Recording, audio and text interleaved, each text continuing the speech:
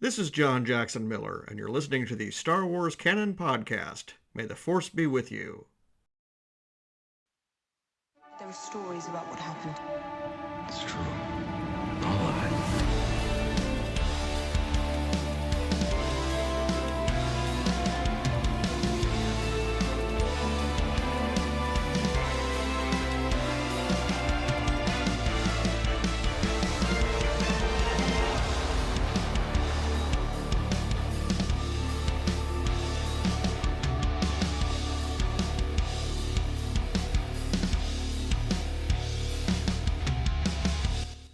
Hello, everyone, and welcome to this episode of the Star Wars Canon Podcast, episode number 84.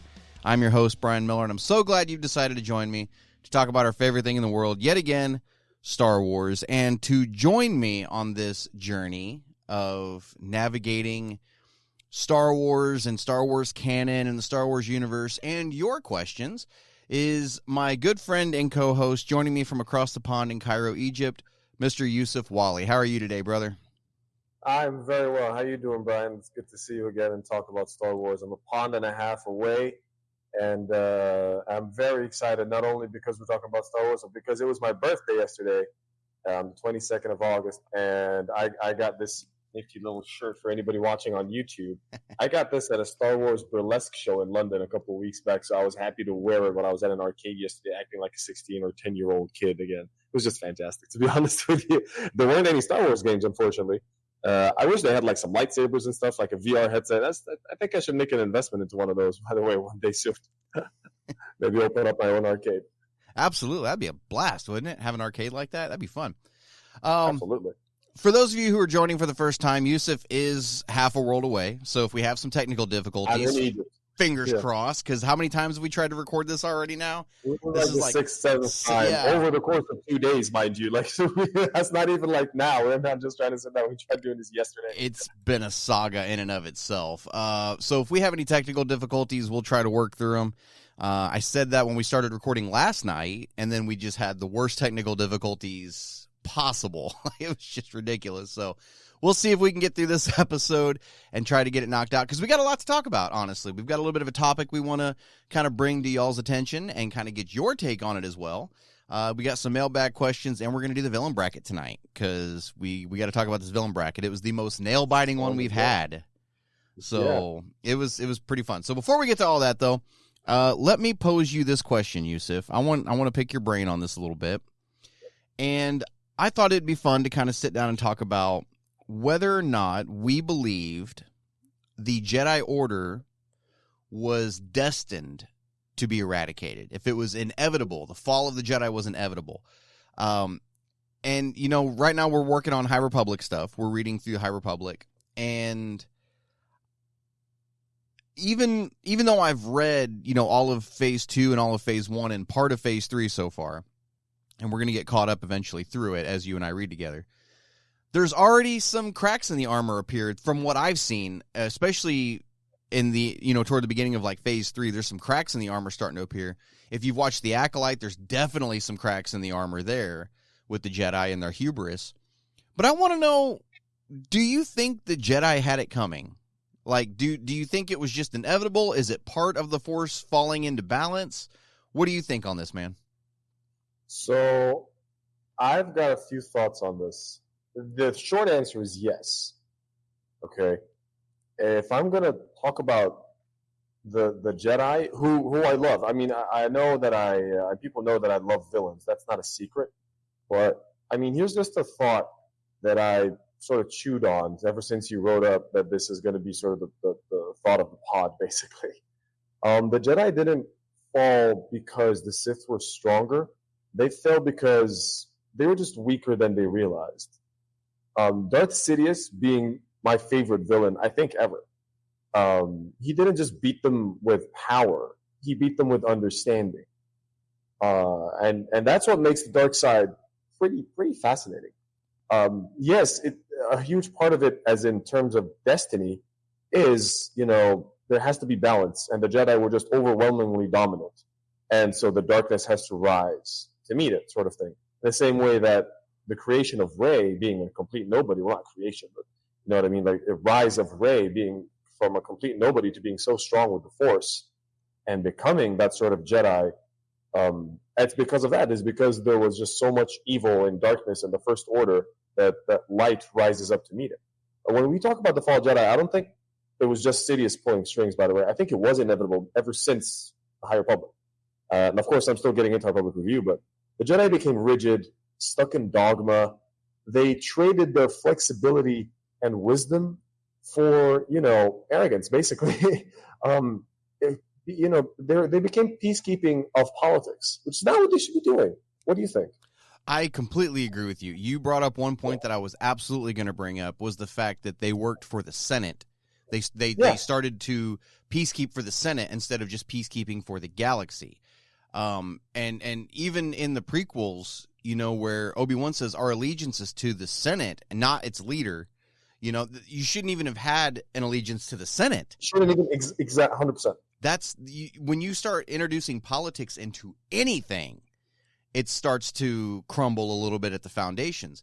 Especially something the guiding light. The Jedi should be its own guiding light. Yes, especially something like the Jedi Order that's supposed to be its own entity, its own order. You know what I mean? It ended up becoming, and it evolved so quickly from being its own thing to being an arm of the Senate to being an arm of the war, the Clone Wars, when they were made generals. That was the tipping point. Yeah. That was the tipping point. Yeah. So this is where Palpatine comes in. Yes. This is where big old Papa Palpatine is just like, Big Papa Palpatine. So the Sith didn't create, the Darth Sidious and Palpatine didn't create the Jedi downfall. He just exposed it. They took advantage of it. They took advantage of the Jedi. He took advantage of it. And I admire certain Jedi immensely. Oh, yeah. I mean, there is no. I mean, my favorite character, I think, characters, I suppose, would be Qui-Gon Jinn, and an extremely close second would be Obi-Wan Kenobi. They're just unbelievable. Yeah. And Qui-Gon Jinn, one of the reasons why we love him, and his role in the saga, in the whole Star Wars story, is that he sees the flaws in the Council, in their reasoning and what they're doing, and he doesn't like it. And his obsession with the Chosen One thing kind of blinded him, and he was just, all right, I'm dedicating myself to this path now. And obviously that, we know what would have happened if Qui-Gon had survived. We know about that. So Dave Filoni, for those of you who don't know, Dave Filoni literally came out and said, this is why that end part of Phantom Menace is called Duel of the Fates, because if Qui-Gon lives, he stays as Anakin's father figure, and he's going to be guiding Anakin. Whereas Obi-Wan Kenobi became Anakin's older brother. They went through the ringers together. They went through a lot. They grew up together. They matured even more together. So Obi-Wan, obviously, this is at different stages because Obi-Wan's older, etc. But I mean, they matured even more together. So it would have been completely different. Anakin's path would have been extremely different. And then there's Mace Windu, one of the greatest warriors of his time, of all time, I suppose. I'm not entirely sure where he ranks of all time, so I can't really say that. But yeah, he's so strong that he uses Vapad, which actually uses a bit of the dark side, just a little bit. That's how intense. Vapad is a lightsaber form. There's like 6 or 7. I'm not an expert on this. Brian is. But yeah, anyway, so that kind of person also being hoodwinked and not seeing the Sith, and then them just saying, there are no Sith. Sith have been gone for millennia. Even though Count Dooku turns over and becomes Darth Tyrannus, I didn't even see that coming. What? You know what I mean? It's just, of course they're going to collapse, not just fall. Yeah. You know what I mean? Yeah.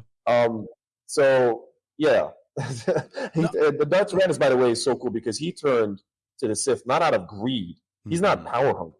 He genuinely believed that the Sith held the answers. You know what I mean? Yeah, yeah. He saw the corruption. He saw the corrupt. He actually, if you look at Dooku, he turned with the best of intentions, which is what Anakin did as well. If you think about it, they did. And so when you look back at some of the High Republic stuff, at the beginning of High Republic, when you've read Light of the Jedi, that's the first introduction of High Republic stuff, right? I mean, that's when you see the Jedi that they're at the height of their power. No, not to put any spoilers for Light of the Jedi there. I put them out, but the book's been out for 3 or 4 years now. So there's this huge event happening, and all the Jedi across the galaxy band together at the same moment and use the Force to move something. And that's awesome to see that, right? I mean, that's when Jedi are like at the height of their power. Hey, we can do no wrong, you know? But then by the time you get to, you know, like the Acolyte and stuff, and you see Vernestra Rwoh and them like trying to keep stuff under wraps, and you see the Jedi kind of being a little more, you know, in the shadows, like, oh, we need to cover this up. And then to see the Clone Wars where, you know, when they find out that Sidious is, or not, yeah, that Sidious is kind of playing both sides, and the Jedi know about this, and they're still covering it up because, you know, they would lose support in the galaxy as Jedi. That's the kind of stuff that when you start getting tangled up in those politics and optics, that's when, you know, it starts to crumble a little bit. And you brought up Palpatine. What's interesting about the Sith is they were, you know, extinct for a millennium, right? I mean, to the Jedi, they were so arrogant as to believe that these ideals can never rise again. You can't kill an idea. You know, you can kill people, but you cannot kill an idea. Exactly. And so when they have this arrogance to believe the Sith could never return, and then when they're faced with that, with the fact that they're back, and they're like, no, that's not possible. There's no way. You know, with that hubris kind of really getting put on full blast there, the Sith were just sitting back and waiting. And when they started to see these cracks in the armor with the Jedi, and they started to see them really starting to get arrogant and saying, hey, you know, and kind of complacent in what they were doing, I think that's when Palpatine stepped up and even Plagueis stepped up and was like, okay, let's take advantage of this. It's about time. Absolutely. And they moved in and started pulling the strings. They knew they were 50, 60 years off from everything kind of falling. They started to put the seeds in there and everything like that. So I think they were destined to fall from the beginning. I don't think there was any stopping it. I think and here's the thing too, because the Nihil were a huge, and you'll find this out as we're reading High Republic. The Nihil were a huge challenge. The Nihil are sort of the faction that is the evil side, right. the antagonist of the High Republic era. Right, and they with the Jedi facing them, it caused the Jedi. Phases 1 and 3? Do what? Yeah, phases 1 and 3. Yeah. Phases 1 and 3 just are kind of one big story. But basically the Nihil aren't in phase 2, right? They're not in phase 2. No, phase 2 is the. So we can get off on this for a second. Yeah, the Path of the Open Hand is kind of the precursor to the Nihil, and you'll see as we go through phase 2 how they because you know who Marchion Ro is. He's the leader of the Nihil. So he's and then you know grandson. And you know Martyr Ro with the Path of the Open Hand. There you go. So there's a connection there, and you'll see as we get through it. But I think the Nihil were the first challenge that came against the Jedi as a galaxy-wide thing that really made the Jedi take a step back and kind of look at themselves and start to question things. Like even Avar Kriss, when you get into like some phase 3 stuff, she starts to question a lot of stuff about the Jedi and attachments and stuff like that. And so it's going to be really cool. It's very, very fun to read. And so I think the Nihil coming up out of nowhere was kind of the catalyst of it. So I guess you could really blame the mother for all of this, all the way back in phase 2. But I think it was destined to happen. One of the things you brought up too that I find very interesting is the Qui-Gon thing, because Qui-Gon saw everything happening. And have you read the novel? I don't think you become a member of the Jedi Council. Yeah. Have you read the novel The Living Force yet? No. Okay. The Living Force? Yeah. So it's written by John Jackson Miller, who we've had on the show before. He does the little tag at the beginning of our episodes that I like to use. You know, you're listening to the Star Wars Canon Podcast. I'm looking at Audible to add it now. I'm sorry. The book is It's called The Living Force. The Living Force. Right. It takes place about a year before the Phantom Menace. And Qui-Gon, basically the plot of the book is that Qui-Gon comes to the Jedi and says, "Hey, there's this thing going on this planet. I think the Jedi Council needs to get out into the galaxy instead of sitting here on your seats and governing from a spire. You're not out in the galaxy. You're not seeing this stuff." And so the entire Jedi Council goes to this planet to kind of help with what's going on. And it's kind of an eye-opener for a lot of the members of the council about, you know, things that they're sheltered from because they're on Coruscant so often. And Qui-Gon, I think, was totally in the right by issuing this challenge to them. You know what I mean? He was challenging the status quo of the hierarchy. Jedi. Yes. And like you said, had Qui-Gon... Yeah. And had Qui-Gon survived Episode 1, and trained Anakin and everything like that. Even if Qui-Gon had just him surviving, would Dooku have fully fallen to the dark side? You know what I mean? Would the Clone Wars have went the way that they did? Would the galaxy have taken the turn that it did? And so Qui-Gon, a lot of it balanced on Qui-Gon, especially with Dooku Anakin. being Qui-Gon's master, he got so disheartened by the death of Qui-Gon. He saw that as negligence from the Jedi because he was killed by a Sith. When Qui-Gon told them the Sith are back, period. Yes. It's just crazy. Yeah. So when we talk about, because everybody knows that I love the bad guys, so I got to just talk a little bit more about Sidious, because I need to discover more about Sidious. You know what I mean? So Sidious is one of those guys who's not a very logical villain. He's mostly about power. But what is so cool about Sidious is how clever and smart he is. There's so much more to him, basically. He does believe he's an extremely intelligent politician. That was his actual upbringing. He grew up as an aristocrat on his own planet. He believed democracy was fragile, that the Republic was weak as a republic, and that only a Sith version, you could say, of order could bring lasting stability. It's kind of, for those Assassin's Creed fans who are, way back in the series, the difference between the Assassins and the Templars. The Templars are trying to use the Apples of Eden, or any means really, to create a sort of order. They want to be autocrats, basically. You know what I mean? They want to be, it's not because they're power hungry, because they think that this is the way for humanity to strive and survive. Whereas Assassins are like, no. The chaos is the freedom of it. That's beautiful. That's life. That is freedom. So back to Sidious, what makes him terrifying? He's not delusional. He believes that he's the only one strong enough to save the galaxy from itself. Mm-hmm. In a twisted way, he's not entirely wrong, I'll be honest with you, because the Jedi are clearly flawed. They're clearly down the wrong path. It's darkly ironic that while the Jedi are blinded by the light of their own righteousness, if you could say, that the Sith find a way to eclipse the galaxy entirely.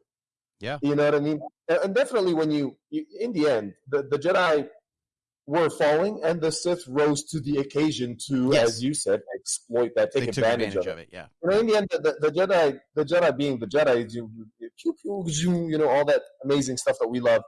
Yeah, actually, what the story's about is the Jedi doesn't lose to lightsabers or armies. They lost to ideas. You can't kill an idea, and they lost to this idea. Yes. And until they learn to embrace change and face their own flaws, which is what Luke was trying to show Rey, the dark side will always find a way back, basically.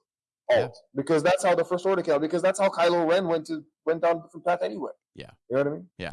And what's interesting is when Sidious finally did take over, I like Padme's little quote there when everybody is chanting, and she's like, and so this is how liberty dies, with thunderous applause.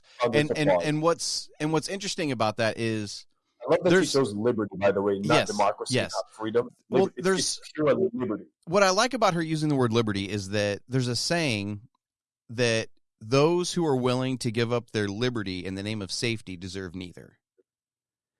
And so you can't have total safety and liberty at the same time. If you're willing to give your liberty in the name of safety, then you deserve neither. You know what I'm saying? Yeah.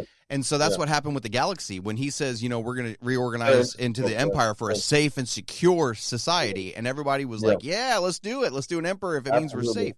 Absolutely. Because it got so bad in the galaxy with the Clone Wars that he, became this like savior figure to the galaxy as the emperor, this like frail old man who, the Jedi tried to kill and survived. And even though he was scarred and deformed, he was still, trying to do the right thing, right? I mean, he really played the victim there.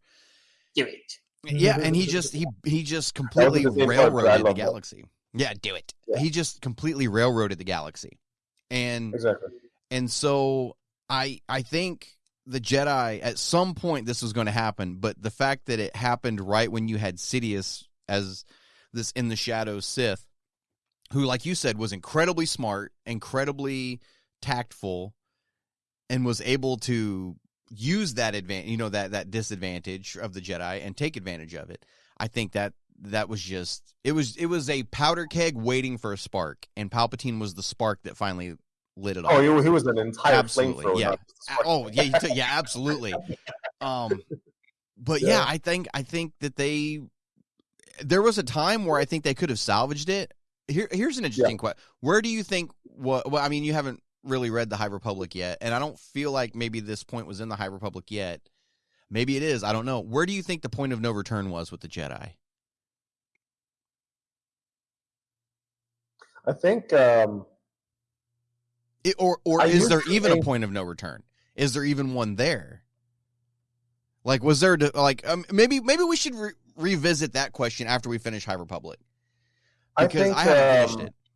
Let me say something now that I'm thinking of that I sort of thought of before, and you can tell me what you think about it. Okay. Based on the fact that you've read High Republic. Most of it. When I found out that the Jedi, at the end of Revenge of the Sith, when they fall, when the Sith take over, basically, that there's like 10,000 Jedi in the Jedi Order. Yeah. Or thousands and thousands of Jedi. Yeah. I was shocked. I'm like, thousands and thousands of people pursuing the light and dedicating themselves to being these philosophers in action. And you're letting the galaxy fall to ruin, and you're not listening to ideas. The fact you have a teeny tiny council of 20 people, 20 council members and masters. And then this huge thousands and thousands of Jedi doing what? F all? You know what I mean? Well, and then at the same time, I think one of the problems is actually the person that we haven't mentioned, just from the Jedi that I think we all admire most, is Master Yoda. Yeah. I think Master Yoda being 800, 900 years old is the problem. So one of the amazing things about Master Yoda that we talked about before was, the fact that he's lived that long. Why is he one of the perfect wise men, and he should always be on a council? You should always go to him for guidance, because he's lived through centuries of everything. He's felt loss. He's seen things grow. He's seen revolutions. He's seen democracies built up. He's safeguarding something that he can remember a time hundreds of years ago when things weren't as good as now, and he sort of fought for it. You know what I mean? So the reason why history repeats itself is because generations later you repeat the mistakes of generations before. He is that person. He shouldn't be doing that. Guess what? He makes a mistake that nobody's done before by being that dogmatic. And you would never have thought that he would be that dogmatic, but I'm not sure. Yeah, so that's kind of what's going through my mind when you ask that question. What do you think about what I just spat out? The interesting thing with Yoda, in my opinion, is, like you said, he was 800 years old by the time you get to the prequels, almost 900. 900 years old, you'll be. Look as good you were not. Yeah, no, you're right. He'd been through a lot. But he was also even born after the fall of the Sith, when the Sith were supposedly extinct. So he had never had to deal with the Sith before, even though he's dealt with all this other stuff. And when you look back at, like High Republic stuff, and we'll get to the point where you'll see this, where I think it's toward the end of Phase 1, even Yoda, these creatures, right? That you've seen these creatures now that turn the Jedi to husks and stuff like that. When there's a point where Yoda is talking to the rest of the Jedi, and he's like, we have to hide this. We have to cover this up. Nobody can know about this. And so that kind of seems to be a recurring theme from that point on. So Yoda starts it with, we need to hide these creatures. We need to make sure nobody knows about these. Then you get to the Acolyte, and then, Vernestra Rose we got to hide this. We got to cover all this up. Nobody can know about any of this. You get to the Clone Wars, and Yoda's like, hey, we can't let anybody know that we know somebody's playing both sides. We just have to win, even though that's kind of playing into the whole point of them playing both sides. I think as soon as the transparency kind of went away, that's when everything really started to crumble. And I don't know if there's I don't know that there's a single point of no return. I don't know that there is. It's a process. It's a very slow process. And I think at any point during that process, it could have stopped, and that would have been but it's the end of that process. And I'm almost wondering if maybe that final nail in the coffin was them keeping the Clone Wars thing secret. I think that was kind of that was the final decision that kind of put the nail in the coffin. Because had the Jedi come out during the Clone Wars and said, we have information, very credible information, that says somebody is playing both sides of the war. Obviously, it's a galaxy full of trillions of people. You're not going to have everybody on the same side. You're in the middle of a civil war, for God's sake. But there's going to be a lot of people that go, well, if somebody's playing both sides, why are we doing this? You know what I'm saying? And all it would take is just the right people in the right places on both sides to say, we're not doing this anymore, and the war falls apart. So I don't know if there's like a single point, but if I had to narrow it down to one, I think it would be the Jedi.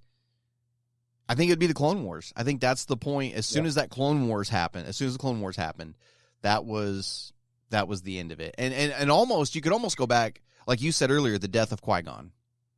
Yeah. I'm wondering if maybe the death of Qui-Gon wasn't the fulcrum point that actually completely shifted everything. Because like you said, even Dave Filoni has brought up that Duel of the Fates and how important that duel actually was, and whoever was going to train Anakin, that was the kind of the turning point. And so you know what? I'm going to go ahead and say that. I'm going to say the death of Qui-Gon.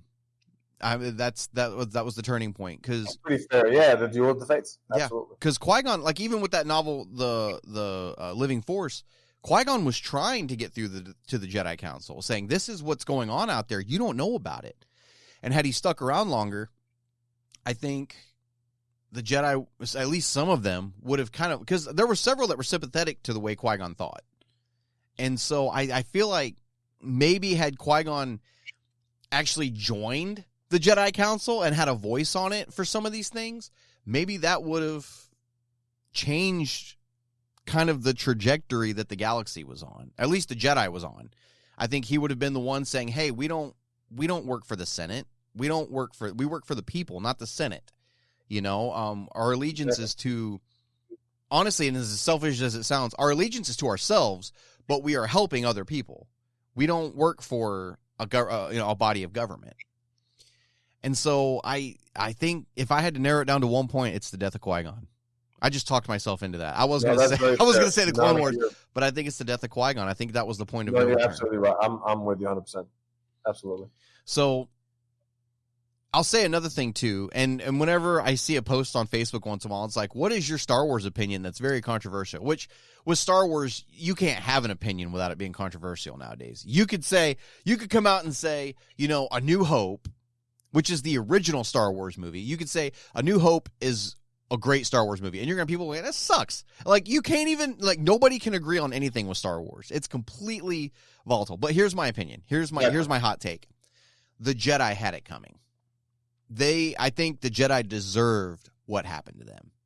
And I think sometimes, like, the phrase, you can't make an omelet without cracking some eggs. The Jedi were the eggs. The Jedi Knights were the eggs.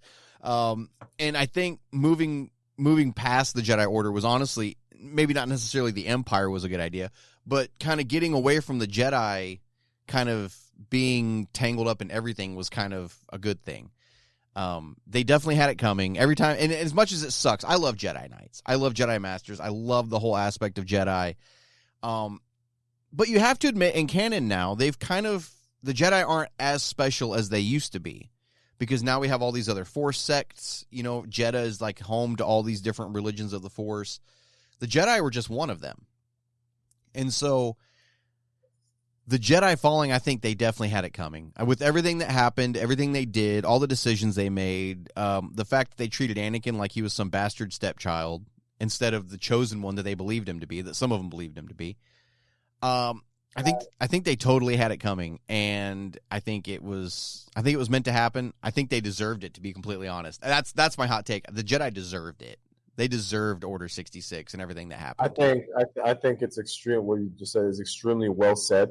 And I think there's a lot to back up your opinion. That's a pretty cool take, and I completely agree with you. Completely agree. Because it's one thing to say that they had it coming because it's one thing to say that it was going to happen, it was inevitable, and it's another thing saying that they deserved it. You know what I mean? Yeah. I think they deserved it. I think they absolutely did. And then, moving forward, we don't have a lot of information about how Luke was kind of running his Jedi Academy or his school, right? We don't know a lot of what he was teaching.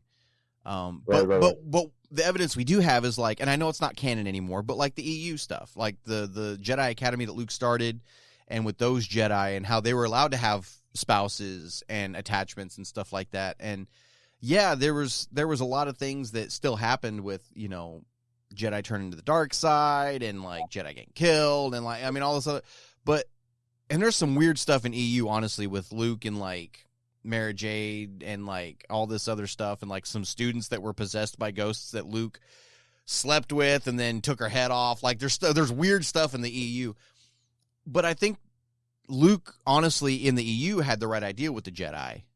You know, I mean, yeah, have a spouse. You know, I mean, because think about what happened with Anakin, right? With Padme, they kept it a secret. And that was honestly like one of the biggest downfalls of Anakin was this attachment he had to Padme, and Palpatine kind of manipulated that. But had Anakin looked at it the other way, where that connection was his strength, I think they could have. I think there's a universe out there, an alternate timeline somewhere, where, you know, Anakin and Padme went to Obi-Wan and said, "Look, here's the deal. We already know you know about it. You already know about it, but we're confessing. This is the deal. I think it's escalated. Padme's pregnant. We've done the thing. Like we don't know what to do. And I think Obi-Wan knew the whole time. Obi-Wan knew the whole time about Anakin and Padme and never said anything. Right. And I think had, you know, that moment in episode 3 where Padme says, "Do you think Obi-Wan could help us?" And Anakin stops for a second. He's like, "No, we don't need him." That was the beginning of the end for Anakin and Padme. That was the beginning of the end.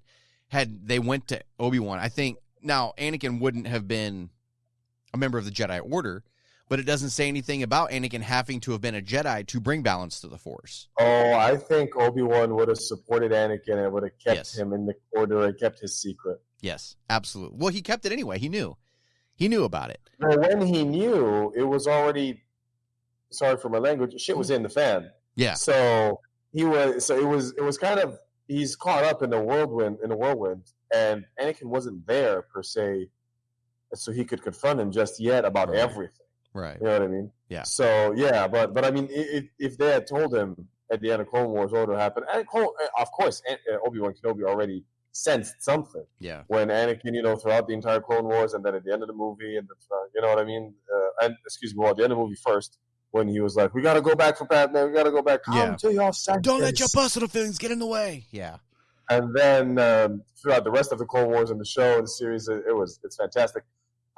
He's not an idiot either. No, not by a long shot. He knew. Even in like so some people don't consider the novelization of the prequels as canon because there's stuff in there that's different than the movies and everything.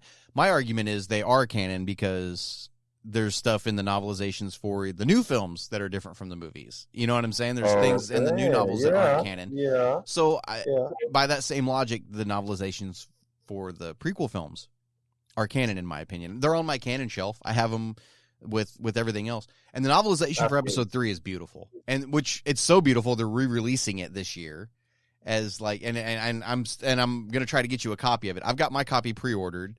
And so it's a beautiful book. I can't wait to replace the one I've got with this new one. It's going to look so good. But anyway, there's a line of dialogue in that book where Obi-Wan is talking to Padme, and he's like, "I've known about you guys." And this is like in the middle of episode 3. This is before everything hits the fan.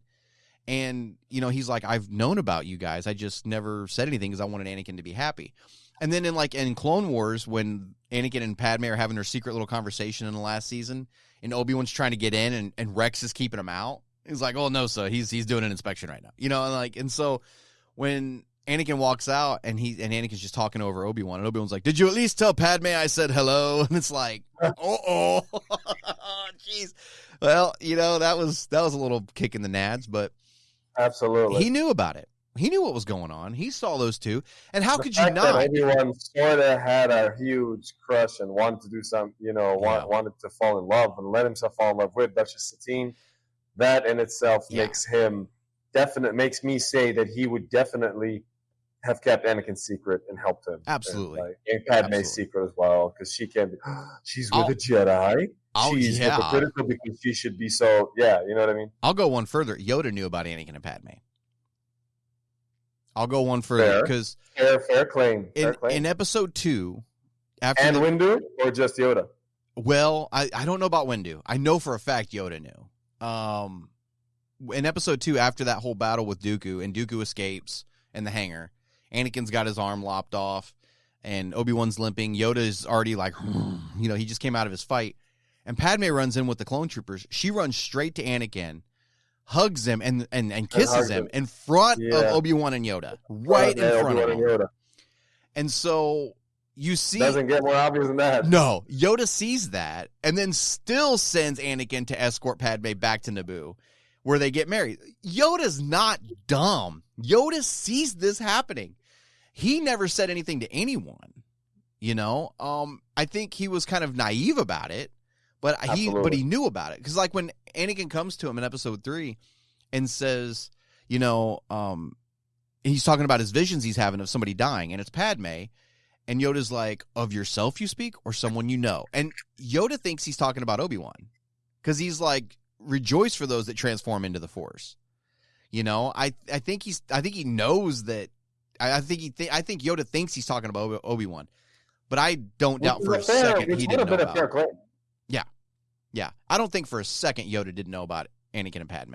I don't think for a second he didn't know. It's very cool to flesh this out. Like, I think fleshing this out is pretty cool. Yeah. And when Padme, when at the end of episode 3, when she's giving birth to the twins, when the medical droid comes out and says, you know, she's carrying twins, like, I think Yoda showed no surprise. Like, he was not, like, shocked at all about any of this. He wasn't shocked when Obi-Wan showed up with Padme. And, you know, Obi-Wan told Yoda the entire thing. Like, well, you know, I've known about it for the last 3 years. You know, like, this is what's happening. She's pregnant with twins. Like, you know what I'm saying? And so I don't think Yoda was shocked at all to find this out. I think he was like, oh, well, good for Anakin. Good job. You know, like, attaboy. But I don't think he was shocked at all. Which could be another point that we could talk about later on about, you know, the Jedi. It makes me wonder if Yoda maybe took some of what Qui-Gon said to heart about change and adapting and kind of evolving the Order a little bit and not saying anything about Anakin and Padme, even though that was forbidden for the Jedi. I don't know. It's a slippery slope and it's a rabbit hole if you start going down it about, you know, what who knew what and what was allowed and what wasn't and what changed this and what caused this. It's a huge rabbit hole we could go down. But collectively, all of this in a nutshell to say, I truly believe the Jedi had it coming. It was in the stars. I think it was destined to happen. And do we even know at this point what the prophecy was, what it meant to bring the Force into balance? Do we even know that at this point? Has it ever been explained, even in canon? I don't think that it has. I don't think it's been explained, but I do think that the fact that he was supposed to bring balance to the Force, he did. Yeah. Turning dark, turning Sith, he did bring balance. Because, well, maybe, okay, I don't think... But what does that even mean? What does it even mean to bring balance? I think he turned it on his head. Yeah. He didn't bring balance. You know what I mean? Like, I essentially, I think you can never have perfect balance, a lot of light and a lot of darkness. You either have so much light or you have so much darkness. That's what I think. Mm-hmm. So basically, he just flipped the coin on the other side. Is what I think. You know, Jedi were dominating over millennia, and thousands of Jedi, philosopher, leader, politics, everything, and then all of a sudden, total eclipse. That's it. Sith, darkness, evil. So you name it. So here's an interesting question then, and I can ask you this one because you've read this book in the High Republic. When we read Path of Deceit, right? We just finished that. You know how the Path of the Open Hand has this mentality of you can't use the Force because if you abuse it, you're taking it from somewhere else. Yes. Is there something to that? I think it's definitely... That's a very good question because I wanted to bring it up in general before. I can't believe I forgot to talk about it because when you use the Force, like for example, when you're Force healing, you're transferring. You know, yes, your Force essence. Yeah. So what you're doing is you're taking from something and giving something else. Yes. So in the path of in the teachings of the Path of the Open Hand, what they say is, well, even if you're manipulating and moving something from here to there or pushing something, you're transferring energy from somewhere into what you want to do. So that means that So the Force in itself is not going to be abused. But what you're doing is manipulating stuff, taking something from somewhere else and doing it just to do your bidding. Rearranging it, yeah. Rearranging, that's a good word. Yeah, so that's what I think, because, and this is something which shows me that the creation of Anakin by the Force being a sort of I don't want to be blasphemous or anything, but like kind of like a Jesus-ish kind of character. Sure. So where he doesn't have a father and he's just conceived in this way. Sure. So did somebody do that, or did the Force do that? So that's one of the questions. Did Sidious do that from afar? Was he actually the chosen one? Like, yes, exactly. You know what I mean? After watching The Acolyte, that's why prophecy. Sorry. After watching The Acolyte, I don't know, because the twins in The Acolyte, Osha and May, they were created the same way Anakin was. Yeah. And right. I hadn't actually thought about that. And it's never been answered whether Anakin was actually made naturally with the Force or if it was manipulated the same way the twins were. I think it's implied that it was manipulated the way the twins were. Why else tell the story of that happening? And with Darth Plagueis and Palpatine being as close as they were, and Palpatine wanting Anakin as bad as he did, like, I feel like that was all a part of it. So I don't know that Anakin actually was the answer to the prophecy of the chosen one. I don't know, because even in episode 3, Anakin says, Obi-Wan says, is he not the chosen one? Is he not meant to bring, destroy the Sith and bring balance to the Force? And Yoda says, a prophecy misread could have been.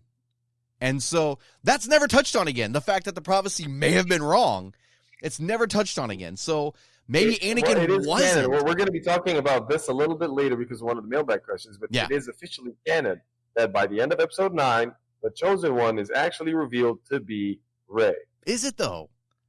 I think so. Because what does it mean to bring the Force into balance? Because technically, think about this. It's not just destroying the Sith. That I don't see how, because there's so many different sects of the Force. There's so many different people that can use it and can connect to it and commune with it. Why is it this one sect has to be destroyed to bring it into balance? I don't feel like that's correct. I don't feel like that's what it means to bring the Force into balance. I think what it meant was that the Jedi were so, like, at the height of their power, and they were utilizing it so much that the Force was, like, wobbling, and the more it wobbles, the more it's going to... And so you got to take that counterweight off one side to kind of get it to balance back out. And I think... No, you're right. I agree with you. I think, by the time... And one of the questions, we talk about Order 66 on one of the mailbag questions, and we'll touch on this in a minute, but there's more Jedi after Order 66 than what we were initially led to believe in the classic trilogy when it first came out. There's more Jedi around, but it knocked it down to a number that I feel like if you take the Jedi that were there, like what they called, what would they call them? Free range Jedi? Is that what they were referred to? Like Ezra was considered a free range Jedi. No idea. A wild Jedi, a Jedi in the wild, I think is what they were referred to as. I think those kind of balanced out with like the Dathomir witches who used the dark side and touched in that. And then there were other sects that dabbled in other sides of the Force. And I think having just that small number of like wild Jedi who aren't like formally trained kind of mixed with everything else, everybody else that uses the Force, I think that kind of brought it back into balance a little bit.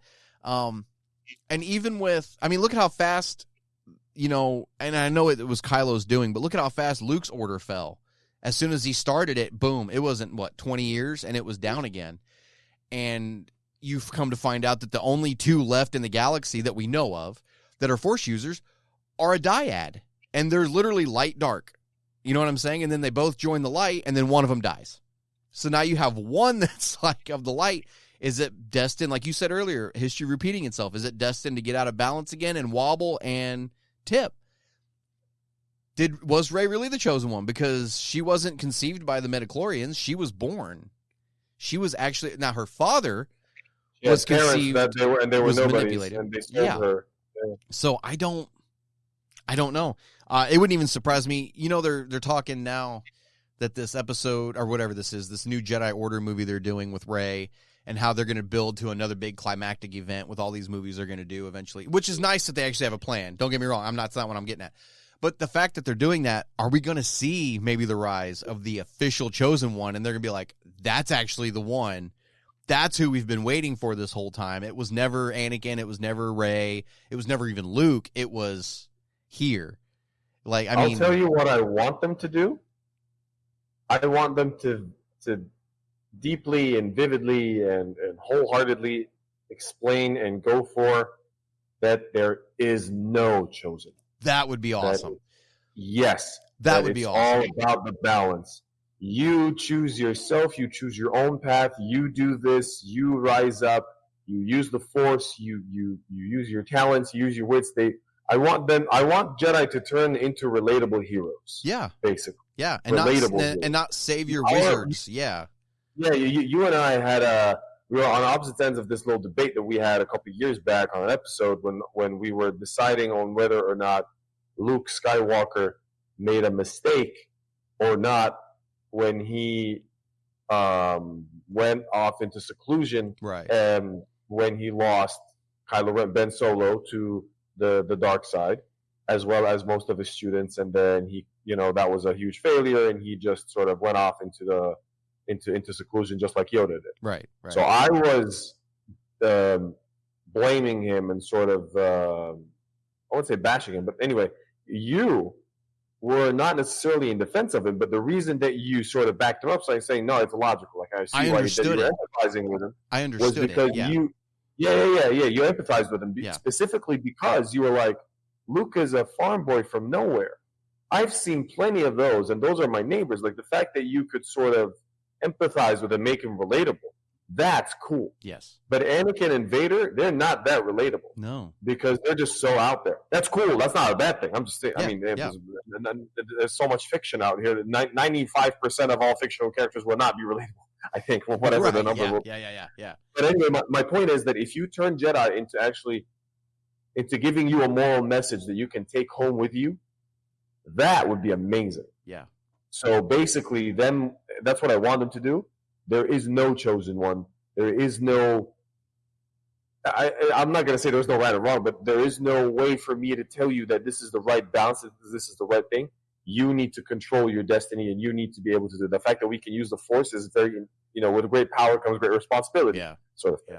Yeah. That's what I'd love. Yeah. Do we know when the prophecy was written? No, was it because we don't even know who wrote it and where they come from? Right. It's not even because like Harry it's Potter touched on thing when you right. get the whole because the prophecy itself, divination or whatever. The prophecy itself is kind of touched on in Master and Apprentice, and so, but we don't know when exactly it was written. I would almost here. Okay, I don't know if I should say this or not. I don't know if I should put this out into the ether. I'm trying to decide if I should or not. Oh, what are the consequences of this? I'm just going to go ahead and say it. 1,000 years ago in Star Wars, right? Back when the Sith were at the height of their power, and, let's just assume for argument's sake. We know Darth Bane was canon. The character himself is canon. He's mentioned in canon. We know he started the Rule of Two. We know he's canon. His story, the Bane trilogy, those novels, which are great novels, by the way. They're my favorite Legends books. Go read them. They're awesome. If they made them canon today, they'd be on my shelf yesterday for canon. I love that trilogy so much. In that trilogy, Darth Bane effectively wipes out the Sith at the time and starts the Rule of Two and also the Army of Light. Have you read those books, Usef? No? Okay. That's an amazing trilogy. At the end of the first book, he creates this thing called the Thought Bomb. And there's the Army of Light, which is the Jedi army, and the Army of Darkness, the Brotherhood of Darkness, which is the Sith army, and they collide, and Bane creates this thing called a Thought Bomb on this planet and just sucks the Force essence out of everybody, light and dark, into this Force bomb, okay? Kills everybody. I'm not going to sit here and say that I don't believe I'll say this. I think there's a chance, a possibility, Bane... it talks about Bane having a father and stuff, but it doesn't really go a lot into his backstory. Bane might have been a chosen one at the time to bring the Force into balance at that time. It's not, if the prophecy was prophesied thousands of years ago, it doesn't necessarily say it has to happen more than once. Maybe it already happened and nobody realizes that. And they just kind of took something that they don't realize already happened and applied it to modern day stuff. Interesting. It's just that is essentially bringing balance. Yeah, you got rid of both armies like at the same time. Yeah. There's an argument that could be made for it, like I said, the prophecy is so out there. Maybe we should do a whole episode. Maybe once we start getting into some of these canon novels and we start to get some more info on this prophecy, we should do a whole episode on just that. 100%. And just kind of talk about what it meant and everything. So we can sit here and talk all night about this, but what do you guys think? Let us know below in the comments on whatever platform you're listening on. Do you think the fall of the Jedi Order was inevitable? Do you think there was any point of no return, that was the absolute moment where it was destined to happen? And do you think they deserved it? Let us know below. I want to hear what you guys have to say. So let's get on with the villain bracket for this week, Usef.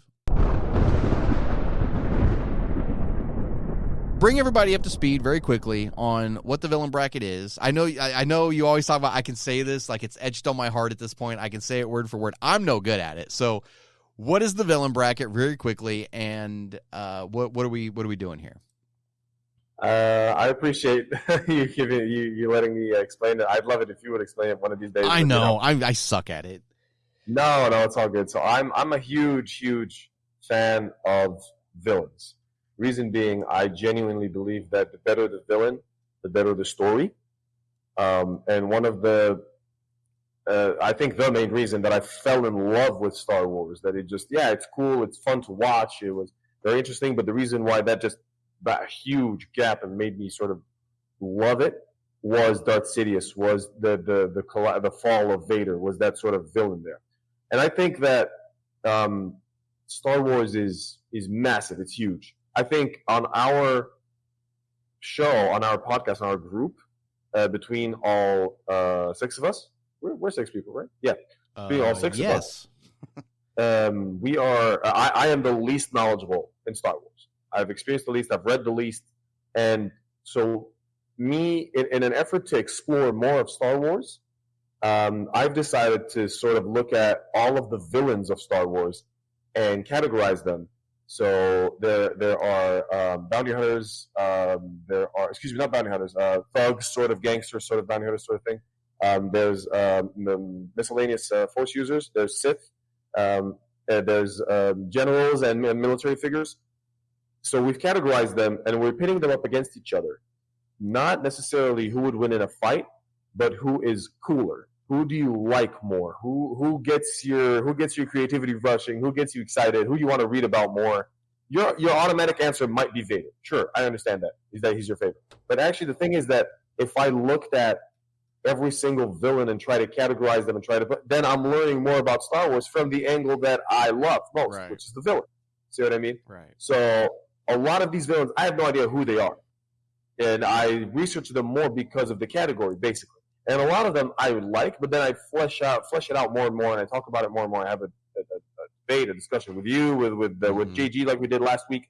With all these other kind of characters, with anybody else really, and we get to debate and discuss these people and look at certain content for them. If I love this character so much, I'll look up their novels. I'll look up their comics. I'll read up a little bit more. I'll ask Google or AI to give me a little bit of a summary for it. You know what I mean? Mm-hmm. But yes, anyway, so this is where everybody else comes in as well, because you guys get to vote. We all get to vote on this. We all get to see, what kind of villains do we prefer? Which ones are cooler? You might decide who's cooler based on who's more powerful or could win in a fight. Sure, but the fact that they're so different. So last week, for example, we had Baylan Skoll versus Mother Talzin. Yes, and she is a witch, whereas he is a sort of he's a fallen Jedi, let's say, or a Jedi who's straying away from sort of the typical Jedi path, and he's really powerful, sort of Templar Knight, very physical, lightsabers and the Force, basically. Whereas Mother Talzin is a witch; she uses curses and the Force, and that's it. She's also acrobatic, sort of, because they're all acrobatic. Because if you're from Dathomir, then you're probably going to win gold at the Olympics. Sure.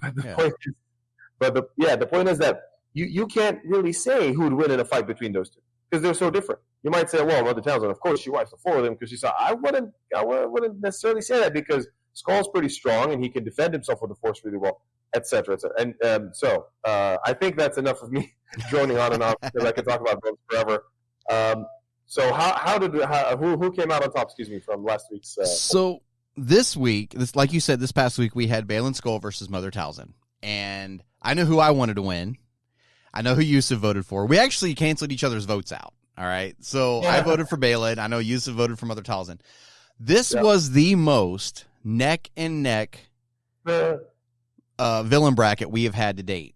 And I was watching it all week, and I kept watching, and I was just like, oh, because one would get a vote, and then I was like, okay, cool, somebody's finally ahead, and then the other person would get a vote. And it was just neck and neck across YouTube, Twitter, and Facebook. It was vote to vote. It was, and then at one point, I even messaged everybody and was like, guys, what do we do if there's a tie? Because we've never talked about this before. And I was like, and Usef was like, well, I voted, I can unvote. And I'm like, well, that doesn't change anything because that means I'd have to unvote. And then we're still tied. Like, I don't know how we're going to do it. So we left our votes in, which it ended up not mattering. But I'll tell you this, by one vote difference. And it wasn't either of us. One vote. Balin Skull took it. Balin Skull took it by one vote over Mother Talzin. You guys voted. It was the most neck and neck one. It was the most down to the wire vote we've seen so far. It was a nail biter. Because I really wanted Balin to win, and I was like, "Come on, baby, eke it out!" And he did by one vote. You guys vote one vote. Thank you. I wanted Balin to win so bad. So Balin Skull won last week's villain bracket. This week we've got 4 names left in the miscellaneous Force users group. Before we go for the 4 people, let me just say something about Balin. It's so cool that his arc isn't even finished yet, and I can't wait to see what else happens. Seriously. He's awesome. Yeah, I can't wait to see more of Balin. Yeah, he is extremely cool. When I voted for Mother Talzin, that doesn't mean that I don't like Balin or think he's cool. He is red hot. He is fantastic. And I can't wait to see the rest of his story arc. Because Balin is only in Ahsoka season. So far, that's it. So far. I'm pretty sure he's going to get a comic book run dedicated to him. I'm pretty sure that we're going to see a bunch of his tangent storyline in season 2. It's so cool. I'm not entirely sure what he's doing. Is he looking for purpose in life? He's looking for the birthplace of the Force. Is he looking for a central fulcrum of the Force and where it is the most vivid in the world? Is he looking for the world between worlds, whereas Ahsoka's already been there, sort of thing? Yeah. Is he looking for Mortis arc? What is he looking for? It's going to be Personally, I'm excited. Personally, I think he's looking to destroy the Force. I think he's looking to make it to where nobody can tap into it. Not necessarily destroy it, but completely make it inaccessible. I think that's what his goal is, to make it completely inaccessible, which I don't know if you can do that. Why do you say that? Because I don't know. Because of what he was talking about, how, if they're in charge, it's going to change later. They're going to be in charge. He's like, they win, they lose. These people win, they lose. And he said it just repeats itself. So I don't know. That's just a little working theory. I don't think I'm not saying that's what he's doing. I'm just saying I'm I got you. Noodling it. That would be an unbelievably cool quest. Yeah, it would. An insanely cool one. If something like that or along those lines is true, I think Balin wins the whole effing thing. Just because of that. So this week we got 4 names left. We're going to bring up the wheel here real quick. Let me bring this up. There we go. And these are the last 4 names on miscellaneous Force users. We're going to pick right now who's going to be the next 2 for this week, which kind of lets us know what the next one after that's going to be also, because there's only 4 left. So let's see who is going to be this week's villain bracket. We've got Savage Opress is going to be the first. Savage is very cool. I like Savage quite a bit. We're going to remove him, and we're going to see who he's going up against. So here we go.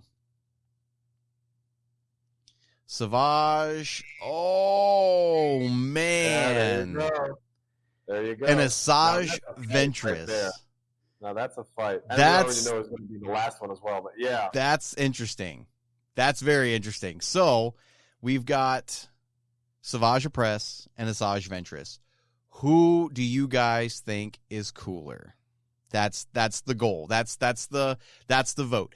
Personally, and here's why, I'm going to vote. All right, before you decide. Okay. Let's give viewers just a little bit of background here, because actually, if they haven't watched Clone Wars or read some novels or books, they don't know who either of these guys are. Yeah, right. Either of them. They're so cool. So if we have to describe them really, really briefly, we don't want to go into too much, or maybe it depends on how we feel like we should really flesh them out enough. But So Asajj Ventress is a very cunning assassin figure, right? She has so much depth. By the way, when I read a novel or two, and she showed up in just one. I can't remember what it was called, but Dooku Jedi Lost, and there was so much depth to her because it's from her perspective, sort of, right, and it's fantastic. Yeah. So in Clone Wars, she's so cool. She's so edgy, so chilling. She's really creepy. And then when she shows up in Rebels, she's in Rebels, right? Yeah. No, she's not in Rebels. She's in Bad Batch. She's not a Rebel. She's in Bad Batch. Sorry. Batch, yes. When she shows up in Bad Batch, yeah, she also looks pretty cool. I'm gonna rewatch Bad Batch, but she looks really cool. Seeing her with a different lightsaber and stuff, and it was hidden, and it was so cool. Savage, on the other hand, so he is Darth Maul's brother. Yes. And the man is just a thug of a powerhouse of a thug. He's just built for destruction. When you play the game Jedi Fallen Order and you go to Dathomir, you're like, yeah, so they're just like weaker versions of Savage. So if you played the game but you haven't watched Clone Wars, Savage is almost as badass as Maul. He's just not. I mean, his legacy is tied to Maul, obviously, but he's not like Maul very much. Maul is just better at everything. Savage Opress is not strong with the Force, is he? He's not. He's not super. Yeah, on Dathomir, most of them are. Yeah, because it's just how they're brought up. You can sort of you can sort of learn to tap into the Force, but you'll never be powerful with the Force if you're not inherently, right, if you haven't got midichlorians in your blood. I wish there was like a blood test we could do here in the real world where I could just like get midichlorians in me or something like that. Anyway, never mind. Yeah, so that's the difference between both of these guys. So if I had to, I mean, by the way, watching them in a fight would be amazing. That would be interesting. That'd be very. Yeah, if I had to choose, it wouldn't be. Sorry. I think I know who would win. Yeah, I think I know who would win. I don't know if I want to say who. I mean, Asajj Ventress is double lightsaber. It's not. Excuse me. She holds two lightsabers. Yeah, it's dual. Not a double edge. Right. Yeah. Well, she can connect them into the. Yeah, she can connect them into the dual. Yeah, you can, but she's not like Darth Maul. She prefers like one on each hand, like Ahsoka. Yeah. Dual wield red lightsabers. I just love red lightsabers. I love Sith. If I'm gonna buy, hopefully, when I buy my if you actually buy me one of the like the limited edition copy that Revenge of the Sith, and you got PayPal, I can PayPal to you whatever that costs, and I might ask you to get me a saber forge. We were talking about that for ages last night. Mine's still sitting here. So when we just gave up trying to record, exactly, we just gave up trying to record this episode last night. We just spent an entire hour just talking about nothing but lightsabers and just looking at the website. I think it was like an hour. Yeah, we were looking at Saber Forge, we were looking at Neo Sabers, we were looking at all these websites. Absolutely amazing. Yeah. Anyway, so yeah, having a dual wielded red lightsaber for me, or maybe just one like a double bladed. Excuse me, sorry. I want a double bladed one. Like I want either the Darth Maul one, or I can create my own. Yeah. But anyway, I'm sorry, tangent. Those two characters are fantastic. I'm not entirely sure who I'm voting for yet. I know who I'm voting for. I think. Who are you voting for? I'm going to vote for Asajj. I think I'm voting for Asajj too. Yes, I think I'm going to vote for Asajj because she's edgy. Savage, she just yeah. Well, she's more depth to her character too, and I like what they ended up doing with her as a character, and what happened with her. Savage. Yeah, so Count Dooku. So because Darth Sidious finds out that Dooku has his own little apprentice, that's kind of Dooku wasn't hiding her, but he wasn't saying it out loud that he has her. He wasn't lying. He just wasn't telling the whole truth. Exactly. Yeah. And Darth Sidious is like, well, no, you can't have her. Get rid of her.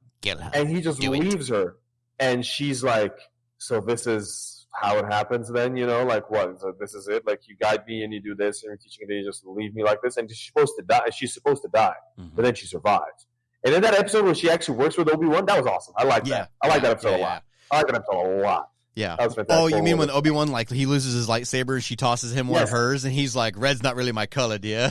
She's like, you better give that back when you're done. Like, yeah, no, that's a good episode. Yeah, I think I'm going to vote Asajj because Savage is very cool. Don't get me wrong. Savage is a very cool character. He's fantastic, yeah. There's merit to vote for Savage over Asajj. You know what I'm saying? But Savage, he wasn't incredibly powered with the Force. He was very frustrated when Maul was trying to teach him, or when Dooku was trying to teach him, he was the new Asajj Ventress after Ventress was kind of betrayed, and then went and found, Maul, and so, him and Maul together were scary. They were scary. And that was why Maul went and went back and made sure that they kept working together because he wanted to be that scary, and those two were awesome. And what's cool is Maul and Savage basically did the same thing for Sidious as what Asajj tried to do with Tyrannus, and wanted to assassinate them for betraying them and just throwing. It was the exact same thing. It was Maul trying to take out Sidious and Asajj Ventress trying to take out Dooku. That's for doing the exact same thing to both of them. And so when Maul becomes ruler of Mandalore, is Savage oppressed with him? No. Savage is killed. Died. He's killed. Sidious then. Kills him in Clone Wars, which, by the way, is an awesome fight. That's an awesome fight. The two of them against Tyrannus and Sidious and Grievous, or was it Grievous? No, and Sidious? It was just Sidious. It was just Sidious versus both of them, and he took out Savage. That was an absolutely amazing episode. And brought Maul to his knees. So, I'm gonna vote Asajj. I'm gonna watch that again after we're done here. I'm gonna watch that episode, that fight on YouTube. I'm gonna YouTube it. I'm gonna vote Asajj just because of her whole story arc and her betrayal and how she left the ideas of the Sith and how he became a bounty hunter and then fell in love with Quinlan Vos of all people and then died and then got brought back on Dathomir and ended up doing. I mean, I've got to go with Ventress on this one. That's who I'm going to vote for. So, you think you're going to vote Asajj?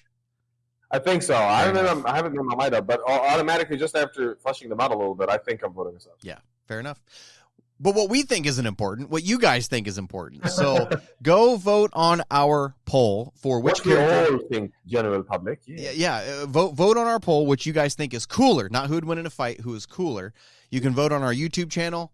You can vote on our Facebook page, and you can vote on our Twitter account, all of which will have links in the description of this episode on whatever platform you're listening in on.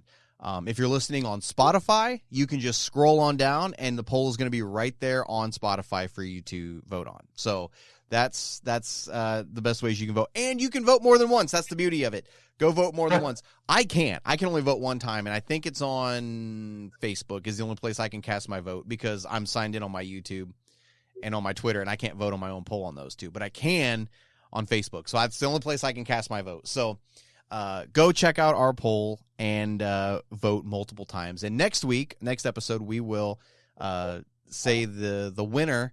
And then I think after that, the next episode is going to be Kylo Ren and Snoke. But we'll get to that. We'll get to that one. We'll get to it. Yeah. So go vote on our poll and let us know what you guys think. I just want to ask you something as well. I think that this time. So last time with military figures, we didn't end up. I think what we need to end up doing eventually. I think we can go through all the categories, do this, just pit up two against each other, and put the winners, and then go back through every category and have those, winners another bracket. You know what I mean? And basically choose a champion. Yeah, of all the whole villain. Yeah.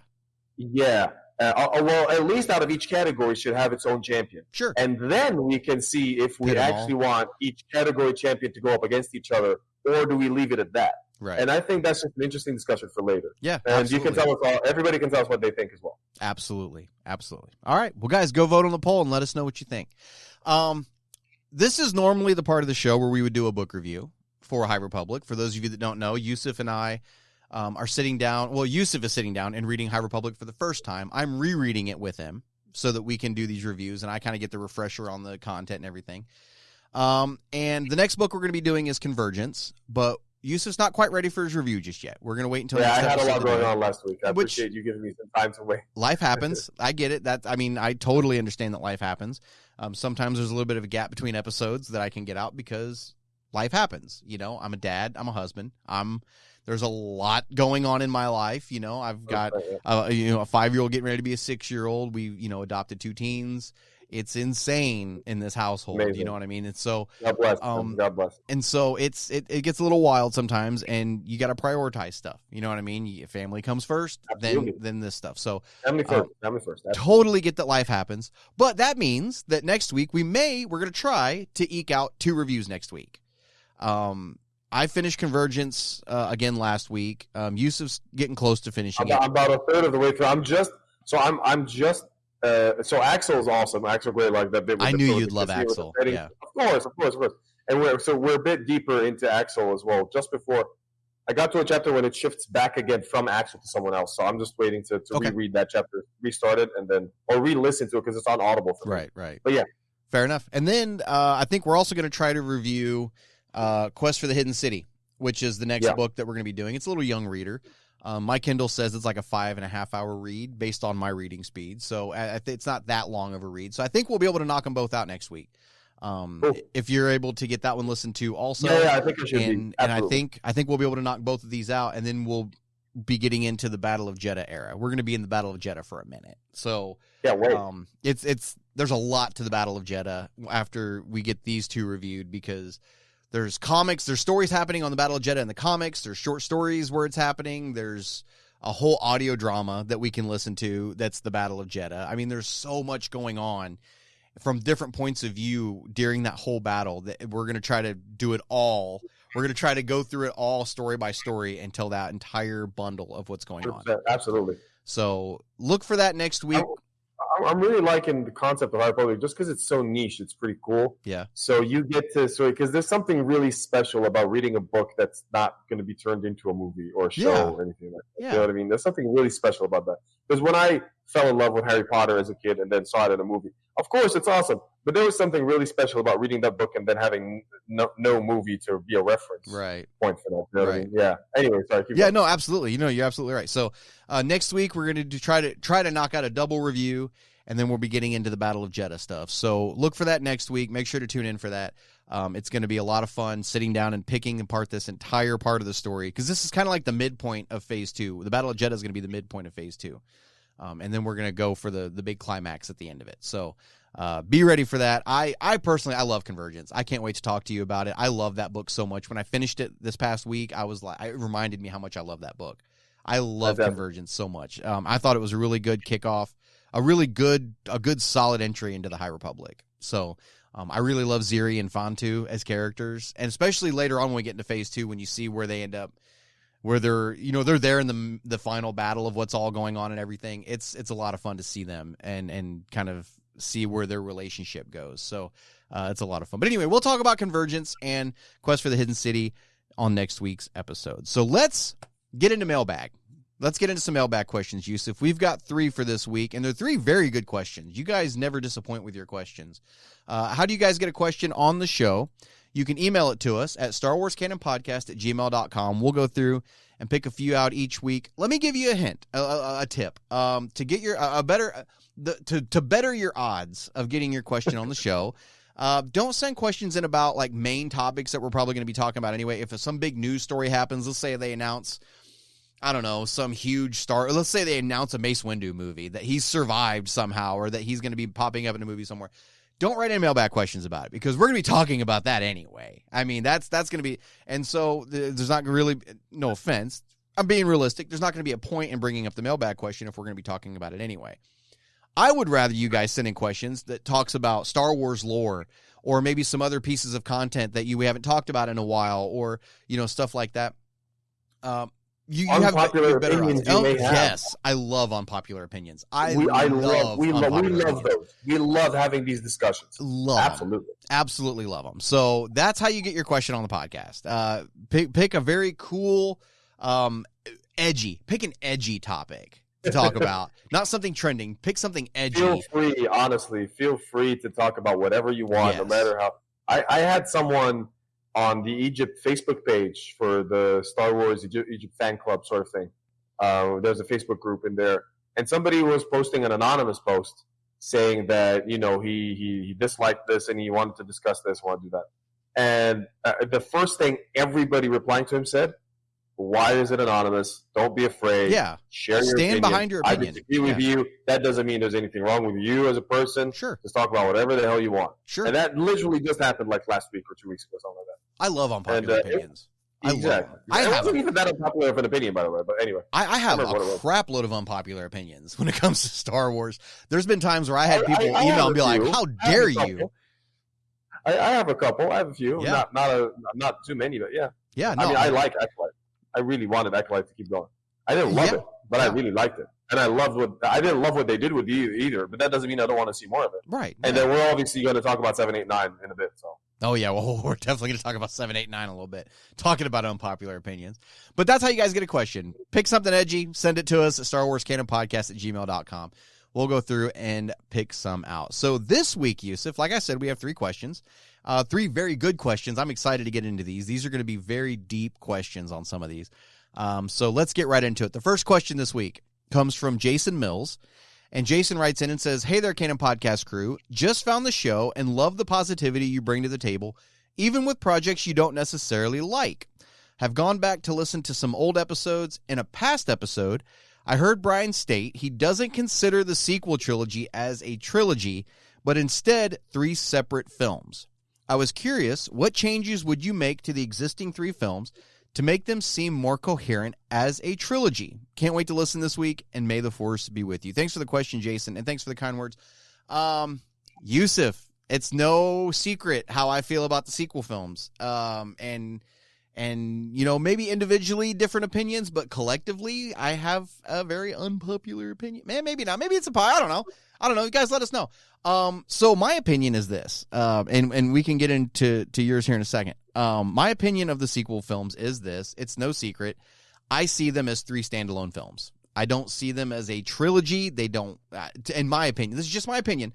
I see no connective tissue that makes it a trilogy. There's nothing that says, you know, that this is the only collective, the only connective thing in this is Rey in all 3 movies. That's the only thing that really is connective in all 3 of these movies. Even Finn's story is broken into 3 wild, weird stories. Poe is completely different in the last movie than what he is in the first, 2. Finn, you didn't even get closure over Finn's character. Yeah, no, we get nothing. So, and don't get me wrong, I'm not saying, this is full disclosure, if you guys love the sequel films, great. I'm glad you do. I'm jealous. I showed the sequel films to Tyler for the first time a few weeks ago. He loves them. I'm glad did he finish he watched the whole thing now? Tyler and I have actually now watched every Star Wars movie together. We went back and finally finished Rogue One and everything, and everything. They're very cool. Very cool. But he loves Rey as a character, and the sequel films do for him what the original trilogy did for me, which great. That's awesome. I'm not gonna knock it. There's nothing wrong with that opinion. Nothing. This is just my opinion. There is nothing connecting the sequel films together. Nothing. It's this weird conglomerate of like, and there was potential there. There was potential for it. Don't get me wrong. There's potential, but the last movie just threw this weird monkey wrench in that just derailed the whole thing. And it's Palpatine. And it's weird saying that because we were talking about Palpatine earlier. I love Palpatine as a character. We love Darth Sidious. He's amazing. Love and him. Palpatine is amazing. Big Papa Palpatine. I love that guy. But what the F are you doing bringing him back? Why? Why would you? I don't understand.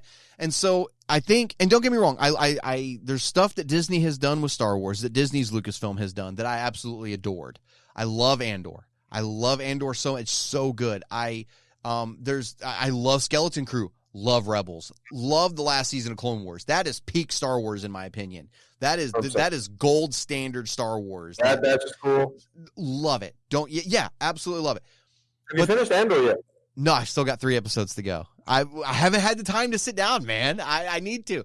But I will say the last 3 episodes that I watched, the 3rd arc in the 2nd season, that was top. Like that Absolutely. Was great for me. I loved it. But anyway, with these sequel films, I don't feel like they ever really connected. But there are a few things that I would do if Lucasfilm, this would never happen, but if Lucasfilm were to come to me and say, we want a special edition this trilogy, what would you do to make it better with what we have? Yeah. What's the minimal amount of things that you could do to this to special edition it to make it better? There's like 3 or 4 things I would do. There's a few. There's a few. And honestly, it wouldn't take much. It would not take much to make this feel coherent. And honestly, it would be simple. It would be easy fixes. Before I get into my fixes, though, Usef, what do you think of this as a trilogy? Do you think it's? I mean, no, without taking too long to say, sure. You've said most of it. Okay. I agree with you. There is, it is exactly what you said. There's not a lot connecting them, if there is something connecting them. So I in general, though, my overarching opinion of the 3 movies Sure, we all liked episode 7. I didn't love it. I liked it. Sure. When it came out, I was, whoa. It was safe. I watched it 3-4 times, at least. You know what I mean? Yeah. As soon as I watched it twice in the cinema, in theaters. Same. The day it came out in Egypt, and then the next day, because the day it came out, they couldn't show the IMAX version.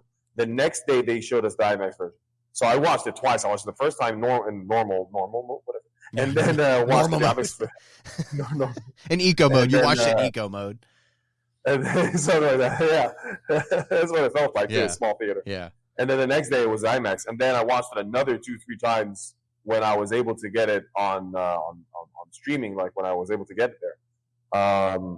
No, I mean, seriously, it was sure, it was good. But at the moment, I look back on it, I'm like, I don't love it. It's not one of those best things. I really like episode 8. It's not the same personality as episode 7. So that's why people have a big issue with it. And I have an issue with it not being the same personality as episode 7 as well, but I liked it. By the way, anybody who says about the sequel trilogy that it was a lot of the acting was an issue or the visuals were an issue, I don't think it was any of the acting. I don't think it was any of the visuals, for me at least. I thought it was perfectly cast. The casting, the actors, they were fantastic because there were actors that are getting bashed and social media hate and everything. Unacceptable. Absolutely undeserved. Yeah. Absolutely undeserved. Yeah. Completely undeserved. And no, episode 8 I liked because I want to see Kylo Ren. So one of the things that bugged me about Darth Vader, it shouldn't bug me because I know it's kind of like holy ground sort of. But I love Darth Vader so much. I wanted him to rise up and be the Emperor, the big bad boy. You know what I mean? Mm-hmm. When he tells Luke, join me and together we can rule the galaxy as father and son, we can defeat the Emperor together. Yeah. I wanted that to happen so bad. And then Luke could show Anakin the error in his ways and he could sort of start fixing it. This is like another what if sort of little tangent. Right. I might get to a point where I'm good enough to write fan fiction one day before I die. That will be the main thing that I will ever try across all amazing things that I love and different Assassin's Creed and God of War and all this stuff. I would the top thing on my list would be writing that. What if Anakin joined Vader? Luke joined Anakin, Darth Vader, and what happens then? Does Luke then sort of keep the bit of the light inside him and he uses it to start making changes in the galaxy? What happens? That'd be amazing. Anyway, sorry. Episode 8, Kylo Ren taking out Snoke is amazing for me. Seriously, it's so cool. But the rest of the personality of the film, it leads us somewhere different than we wanted to, I suppose. Mm-hmm. I was okay with it. Episode 9, obviously, is just no. I mean, so some fixes that I would do. The shift in characters in the way the characters. So Finn's story arc, where he actually apparently he has a feeling and he's force sensitive. We needed to see that. You mentioned Poe Dameron. You're absolutely right. He's supposed to rise up and sort of take on a leadership role and all that. Sure, because Leia dies. Sure, I get that. But seriously, not like that. He could have been better. Yeah. Could have been bigger, better. Kylo Ren, the same thing that made me like his journey and his story arc in episode 8, it's completely negated in episode 9. I'm not saying I like villains. Kylo Ren clearly is just, if you kind of go namby-pamby about a thing, you're not really doing it right. That's what Kylo Ren did. He didn't do it right, basically, by the end of the story of episode 9. He started off great, episode 7. He kills his father, Han Solo. And you can see how conflicted he got. And then in episode 8, he takes out the supreme leader, so he's going darker and darker and killing. Just, he's going there. And in episode 9, he reverts back. So I get that. I understand the force, the light wins, and all of that. Fantastic. But I would have just stay consistent, people. Stay consistent. You know what I mean? Yeah. Obviously, the whole thing can just be summed up in one sentence. But, just saying, well, there should have been one overarching story. You go back to the drawing board. Make sure you have one plan and just execute it for F's sake. Yeah. And then, 3 different directors. The plan was to have different directors for the films. Why? Who writes it? The writing and directing should be consistent, constant. High Republic, they got all the writers in a sort of camp, a writing camp, and they all sat down and they fleshed out phase 1, 2, and 3. Yes. And look at me reading the story with you now. You're in love with it so much so that you convinced me and JG were like, Usef and Steven and Usef, you got to get into this. you'll like this a lot. You'll like the night, you'll like the creepiness, you like the story, and it's niche and it's up your alley. You love Star Wars. This is really cool angle of Star Wars. So that's what I want to do. You know what I mean? That's what I want to see with these movies. Yeah. Well, sorry, I went on for too long there. But what You're fixes fine. would you make? There's only a few that I would do, and honestly, it wouldn't take many to make the sequel films feel like a trilogy proper. There's really not a lot because for the first time ever in movies, not counting Rogue One and the original Star Wars, one movie picks up immediately after the next, or the one before it. That's the first time we got any episodic films back to back. 7 leads right into 8. And so, honestly, with 7, I wouldn't touch 7 hardly at all. It's like you said, 7 was a very safe movie. It was basically, it didn't do anything big and out of the box. It was, a lot of people say it was a copy and paste. It's Han Solo, but yeah. It's not that big because you don't see it coming. But so long as Kylo Ren is the issue, then what's he gonna do? He's gonna take out his dad or his mom or Chewie. There's not a lot that I would do because, like I said, 9 is what really derailed the trilogy. 9 is what really. So most of my changes are really going in between episodes 8 and 9. First off, the things I would change about 8. I would get rid of the comedy aspect between Hux and Kylo. I don't need the comedic. Oh, yes. I don't need the comedic cartoony throwing him against the wall. You turned Hux, who was it was like the Tarkin-ish villain in episode 7, into this like comedy thing. He's that Brendan Gleeson, right? That's his name. He is Domhnall Gleeson. Yeah. Oh, so she's Domhnall. Yeah. So Brendan's his father. Yeah. Domhnall Gleeson. He is. He was such a good orator. He made me feel like I was watching Hitler. Wow. Yeah. What is that powerful? The end of the Republic. Yeah, he was really giving it. Yeah. Seriously. And his intensity and his sharpness and everything. But then exactly in episode 8, they kind of treat him like a little joke. He starts becoming Kylo's sidekick. I understand there's a rivalry, but that's sidekick. That's the best way to say it. He was, and then the whole when he sees Kylo laying there after he sees Snoke's dead, and he sees Kylo laying there, and he starts to pull his coat back like he's going to pull his blaster out and end it. And as soon as Kylo wakes up, he starts to put his coat back. Didn't need that. I mean, you don't need the comedy aspect because that was meant to be funny. The whole throwing him against the wall thing, Now in episode 8 with like the whole the mom joke that Poe did was unnecessary. At the start, yeah. But Snoke like slamming slamming Hux down and like dragging him across the ground, that made sense to me. That I totally get because how many times? Snoke, and he works for Snoke, so that's what's going on. Yeah, that made sense to me. But so I would get rid of the comedy aspect between Kylo and Hux in episode 8. I wouldn't make Hux the butt of a joke. There's no way that I would have done something like that. Can you imagine had the Emperor or had Vader done that to Tarkin? Like in the original Star Wars, like thrown Tarkin against the wall meant to be funny. That wouldn't have been funny. It kind of took away from the scary aspect of this side. 100%. So I'd get rid of that. That's the first thing I would do is get rid of the comedy aspect between Kylo and Hux. Not necessary. Other than that, I would basically leave episode 8 alone, except for the very ending of the movie. I would get rid of Broom Kid. That scene would never happen. The kid using the Force to bring the broom to himself. That scene completely cut that, and instead, that should be at the end of the whole trilogy. It shouldn't. Yes, if it's going to be anywhere, it needs to be at the very end of episode 9. Yes, I agree. Or at the start of a movie to be like a nice little something. Intro. Yeah, but anyway. But get rid of it out of episode 8, and instead of the ending of that be that when you see Rey and Leia on the Falcon with what's left of the Resistance, and she's like, we have everything we need, and they go into hyperspace. Get rid of the Broom Kid scene and take the first 5 minutes of episode 9 and put it at the end of episode 8. So that you end episode 8 with Kylo finding Palpatine.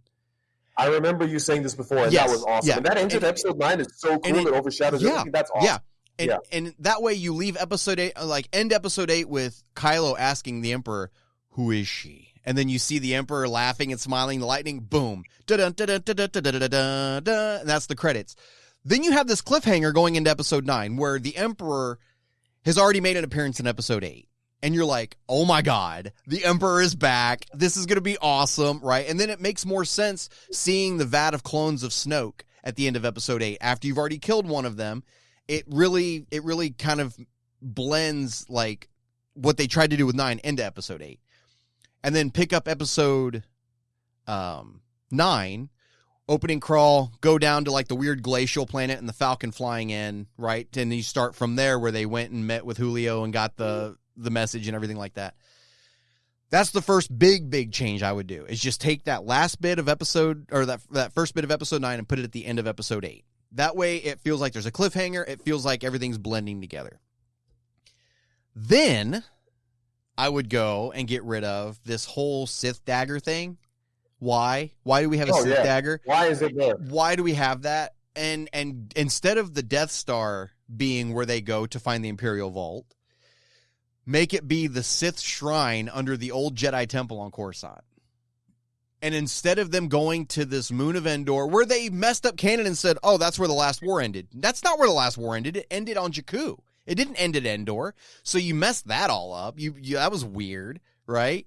So instead of going to the Endor system to find the remains of the Death Star, where the Imperial Vault is, why would the Emperor have his Imperial Vault and something as important as a Wayfinder on an unfinished Death Star? That means he had to have brought it with him when he came to check out the progress of the Death Star 2.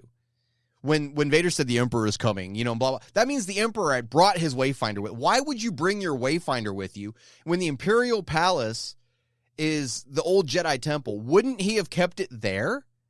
You know what I'm saying? Like, that's to me, that's where the Imperial Vault should have been, not in this weird spire on the Death Star. Absolutely right, and you're a man after my own heart. Seriously, right? You're so, absolutely right. But absolutely right. Change that to the Sith shrine on Coruscant. Not only could you fix that part, but by doing this, you could fix another part of the movie that sucks, and the whole somehow Palpatine returned. Still keep the line, somehow Palpatine returned. We don't know how he returned. But when you go to the Sith shrine, that's when you find out about the cloning and all the arcane stuff that the Emperor was doing, and explain how the Emperor came back. Right. That's another spot where you could explain how the Emperor has returned. And because you're going to have those questions at the end of episode 8. You're going to be like, wait, how's the Emperor still alive? And then you get them answered in 9. You actually get that question answered instead of somehow Palpatine returned. You get into the Sith lore and that shrine, and that's where you find the Wayfinder. Have Kylo follow her there. Still do the whole same thing, but just instead of it being on this ocean Death Star wreckage, it be in the old Jedi Temple, the old Imperial Palace. Have this confrontation with Rey and Kylo.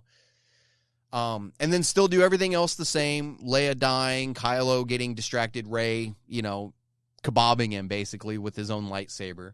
Do that whole thing the same. And then at the end, I mean, like, I would even go as far as to say let Kylo be redeemed. But if you're going to keep the story the same as you did, then still have, give him more dialogue rather than just, ow. That's the only word Ben Solo spoke after turning from Kylo Ren to become Ben, is when he jumped on Exegol into the pit and he lands on the chain. He's like, ow. That's the only word he says. He never says another word in the rest of the movie. He says nothing. He doesn't say anything like, there's nothing. And if you want to count, when he says dad, when he's having the vision of Han, if you want to count that, he has 2 words. He says 2 one-word sentences as Ben Solo after he's been redeemed. So give him something else to say. But other than that, really, I don't think I would change a whole lot more. And I think just doing those few changes would be enough to fix it enough. Oh, wait. And there's one big change. We've all seen that fan edit of the final battle on Exegol where all the Jedi ghosts show up to help Rey take on Palpatine. 100%. By all means, I'm glad you brought that up. One last scene that I would change is, this is your chance to bring it all together, full circle. You show Yoda's ghost. You show Alec Guinness' ghost, which you could CG it and make it a ghost and make it look fine. You know what I'm saying? Like, especially with how dark it was, you barely be able to see it, but just enough to be able to tell who it is. You could do it. You already did it with Alec Guinness's dialogue in episode 7 when he says, Rey, during that whole vision she was having when she touched the saber. Bring Alec Guinness's ghost into it. Then you have Hayden Christensen's ghost as Anakin. Qui-Gon's ghost you could have. Now, don't go overboard on ghosts, because Qui-Gon was the first one to figure out how to do that. So Qui-Gon, Obi-Wan, Yoda, Luke, and Leia. Have those ghosts show up to help with 100%. And maybe even have, you brought up Harry Potter earlier too, right? have a scene kind of reminiscent of Harry Potter where, you know, Harry's going out into the forest at the end to confront Voldemort, right? He knows Voldemort's going to kill him, and he sees he sees his parents, when he turns the stone. Right. So when he sees them, have a moment kind of like that with Rey, where the ghosts finally appear to her. With Luke and Leia, yeah. All of them. And you know, she says, I have to take out the Emperor. I have to do this. And they're encouraging her, we'll be there with you. And I wish I would see something of Anakin saying something along the lines of, because this would make Anakin still the chosen one, kind of bringing balance. If you know, if that's the route you want to go with what it means, have Anakin tell her, you take care of him on your side. We'll take care of him when he gets to this side. And so have everything play out where she's kicking the lightning back at him or whatever. And then you follow for the first time, and this would be so cool to see. You follow the Force essence for the first time into the afterlife, and you see all these Jedi annihilating the spirit of Sidious. Not Sidious, the spirit of Sidious. Yeah. And you see Anakin be the one delivering the final blow of just sending him into oblivion. And then you cut back to and maybe the explosion's so big you think it wipes out all the Force ghosts or something climactic or something. I don't know. And then at the end of that, when Rey is burying the lightsabers, she sees those ghosts in the distance again, and she knows they're all okay. They all survived it, quote unquote. And that Palpatine, you know, if you see Luke and Leia smiling at you, and the ghost of Ben maybe smiling at you, knowing everything's okay at that point, and know that Palpatine's spirit has been annihilated, because if Palpatine died this time, like he did last time, who's to say he can't just come back again? You know what I mean? Like, there's always going to be that threat. You want to see the finality of the end of of Palpatine. So that's what I would do. Change that final battle. Just show some of that extra little stuff in there, and basically change the dagger thing and the whole Endor system to Coruscant, and put the beginning of Episode 9 at the end of Episode 8. And that's the bulk of what I would change. What do you think? I know I just rambled forever about like all these changes. No, you gave a proper vision, and that sounds amazing. I'm voting for Brian for chief creative officer of Lucasfilm at our next board meeting. At least then it would seem a little more cohesive, and just adding that one scene at the end of 8 would make it feel like a cliffhanger going into 9. You didn't even want to retcon anything. You wouldn't even have to. You're just like, at least fine, if this is the direction of the story, at least make a few edits. Yeah. Right. So no, you're right. Absolutely right. So am I crazy? You guys listening at home, am I crazy? I'm like, because I know I've seen some fan edits where like, well, they should have done this, and I'm like, I don't know if that works. And maybe mine doesn't work. Tell me why it doesn't work. I want to hear your guys' opinion on why my version of the sequel films, because then I would, if that was the route they had gone, I would call it the sequel trilogy. I would call that a sequel trilogy, and a nice final Episode 9 to tie together everything else that had happened, all the other 8 movies ahead of it. It would have tied everything together nicely. And if you want to say seeing Alec Guinness would be fan service, then I mean, call it that. But I think that would make more sense than seeing, you know, Ewan McGregor's Force Ghost. Of course, if you see young Anakin, why wouldn't you see young Obi-Wan also? You know what I'm saying? But I don't know. I just feel like seeing Alec Guinness again at the end of that would really bring that would be the aspect of the classic trilogy that gets brought in that final battle of, you know, connecting it even to that, you know? No, Alec Guinness is a great shot. I know everybody would expect to see Ewan McGregor, but actually they see Alec Guinness because Alec Guinness is the Force Ghost of Obi-Wan Kenobi. Should be, because he's old Obi-Wan. Yeah. It should be Alec Guinness. 100% you're right. Okay. Qui-Gon, I'd love to have seen him there. Mm-hmm. Doesn't have to be, because he doesn't have a direct connection to Rey, or even indirect, I suppose. Because, I mean, well, Obi-Wan Kenobi's there. But he does to the prophecy being fulfilled of. He does to the prophecy, of course he does. And so Anakin's going to do that from the Force side, you know, maybe it's in the world between worlds, I don't know, or somewhere in the ether world of the Force, Qui-Gon's going to be there watching Anakin fulfill that prophecy. 100%. You know? So absolutely. It's a great shouts. Great shouts. I think it'd be a lot of fun. I think, and that would have been so cool to see. Oh, and get rid of the Kylo and Rey kiss. That's weird. Just get rid of that kiss. That unnecessary. Yeah, if Kylo's gonna die, then just die. Yeah, just kick the bucket and just get on. You don't get the girl. You done messed up. You don't get the girl at the end. Like, besides, they're like half related anyway, which that's a weird family tree conversation we can have too. They're weirdly connected through DNA, which is, I think she's like his aunt or something. I don't remember. But anyway, it's weird. Anyway, Let me know what you guys think. Especially want to hear from Jason Mills. You're watching this episode. Let me know what you think of that theory. If that would fix it for you, if that just derails it for you, I don't know. Let me know in the comments below. Thanks for the question. I do appreciate it, man. Thanks for being a listener. Question number 2 this week. We've been going for a while, Usef. We still have 2 more questions to get through. Question number 2 this week comes from Chrissy Beck. And Chrissy writes in and says, hello there, Brian and Usef. First, congrats on hitting the 10-year mark for your channel. Loved your episode last week and look forward to you and your friends bringing more and more positivity to the fandom. Thank you for the kind words. And that's something we hear quite a bit about, the positivity we try to bring to it. It makes us feel like we're actually doing something right. Thank you for the kind words. Honestly, that's awesome to hear. And I think those 10 years really snuck up on Brian, by the way, just so we're completely clear. They honestly did. That 10-year episode, it was like the week before I was like, oh, crap, that's next week. I was like, gee. So it did sneak up on me. Thank you for the kind words, though. Appreciate it. Chrissy says, my question is, what characters or character arcs would you like to see brought into canon from the EU? Example, Thrawn. And would you change anything with their stories or just basically copy and paste? Thanks for the question, Chrissy. Usef, what characters from the EU would you bring into canon? And would you bring them in as they were written in EU, or would you change stuff to kind of fit it into canon? Would you have to, considering the character? All right, I wouldn't necessarily change because the characters I'm about to say, because I haven't really studied their entire arc. So you'll be the one to judge whether or not they're actually worth. So I'm going to mention these names, and you're going to tell me whether or not you think that it's worth it. And I don't just want to see them in novels; I want to see them on screen, every single one of them. Okay, you ready? Ready. So first off, Mara Jade. Okay.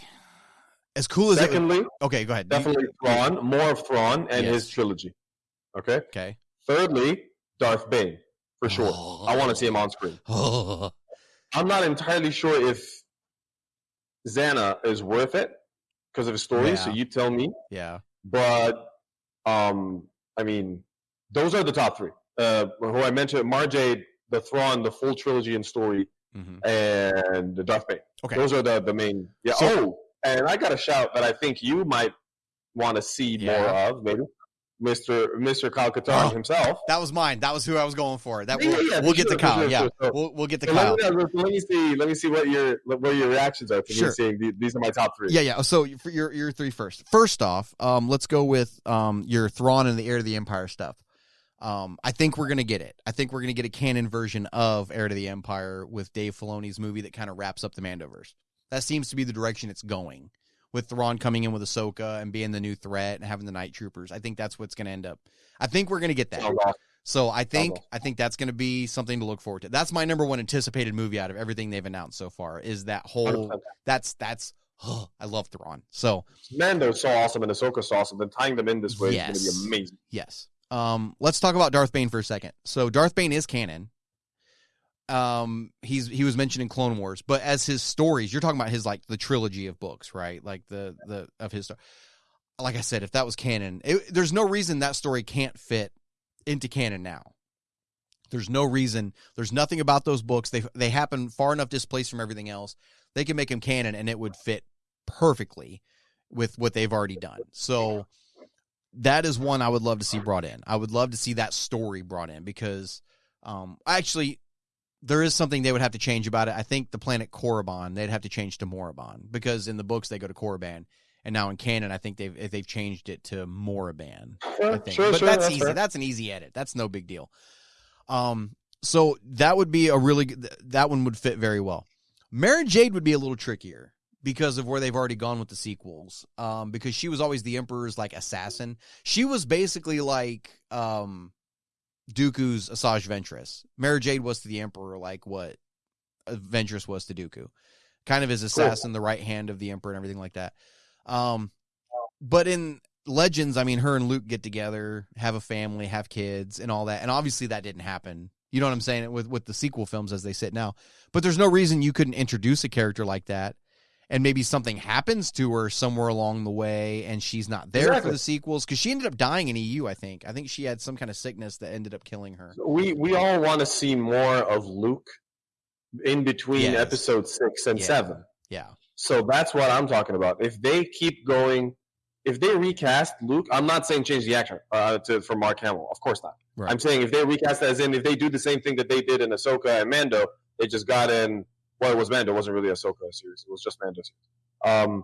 When they just bring in a body double and put young Mark Hamill's face on it. If they do that and give us a limited series, like 5 episodes, 4 episodes, an hour each, we are basically getting 2 Luke Skywalker movies. Or even animated. Do it in the Clone Wars animation and just do it that way.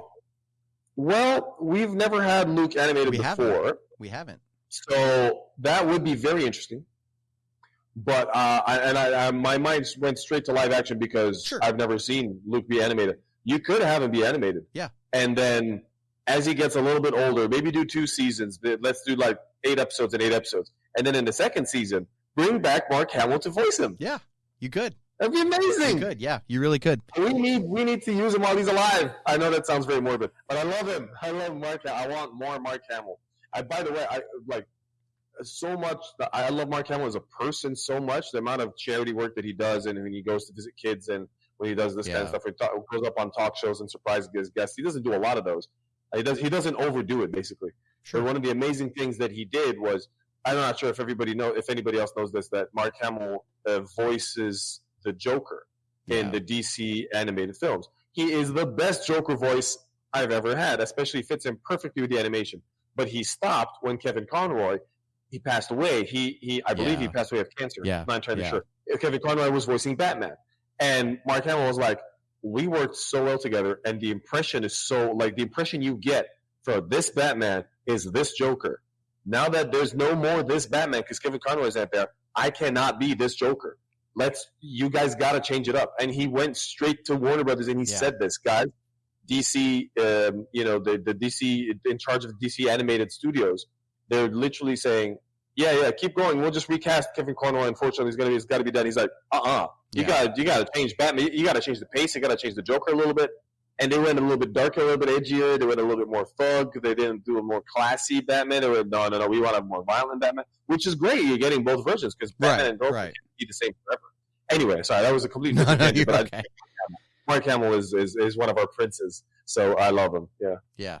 No, I think I think you could do something like that, and I like what you said. Just do like some kind of anthology series of Luke. I think I still think if you do it animated though, you stick with the Clone Wars animation. I think we've hit the point where that should be the signature animation for anything Star Wars moving forward. Did you see? I really like the animation for.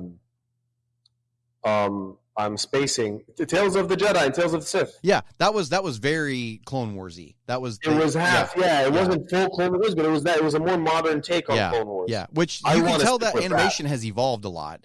From when that first Clone Wars movie came out, it was very blocky, very sharp edges, and then now I want to see that style. Yeah, that's what I'm saying. That's what I'm saying. Yeah. What they've evolved into, that's what I think is the animation style. That style is also really good, obviously. Yeah, and you see that change too, even with like in the middle of the Clone Wars series, like in the middle of season 3, the style changed a little bit and got a little more realistic, and then by the time you get to like Siege of Mandalore. That was cinematic. That was beautiful animation.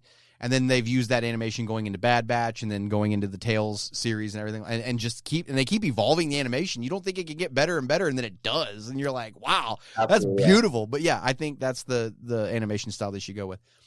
Real quick, though, talking about Heir to the Empire, I was going to bring this up because this past week, it's kind of on topic, but not really, but it kind of is.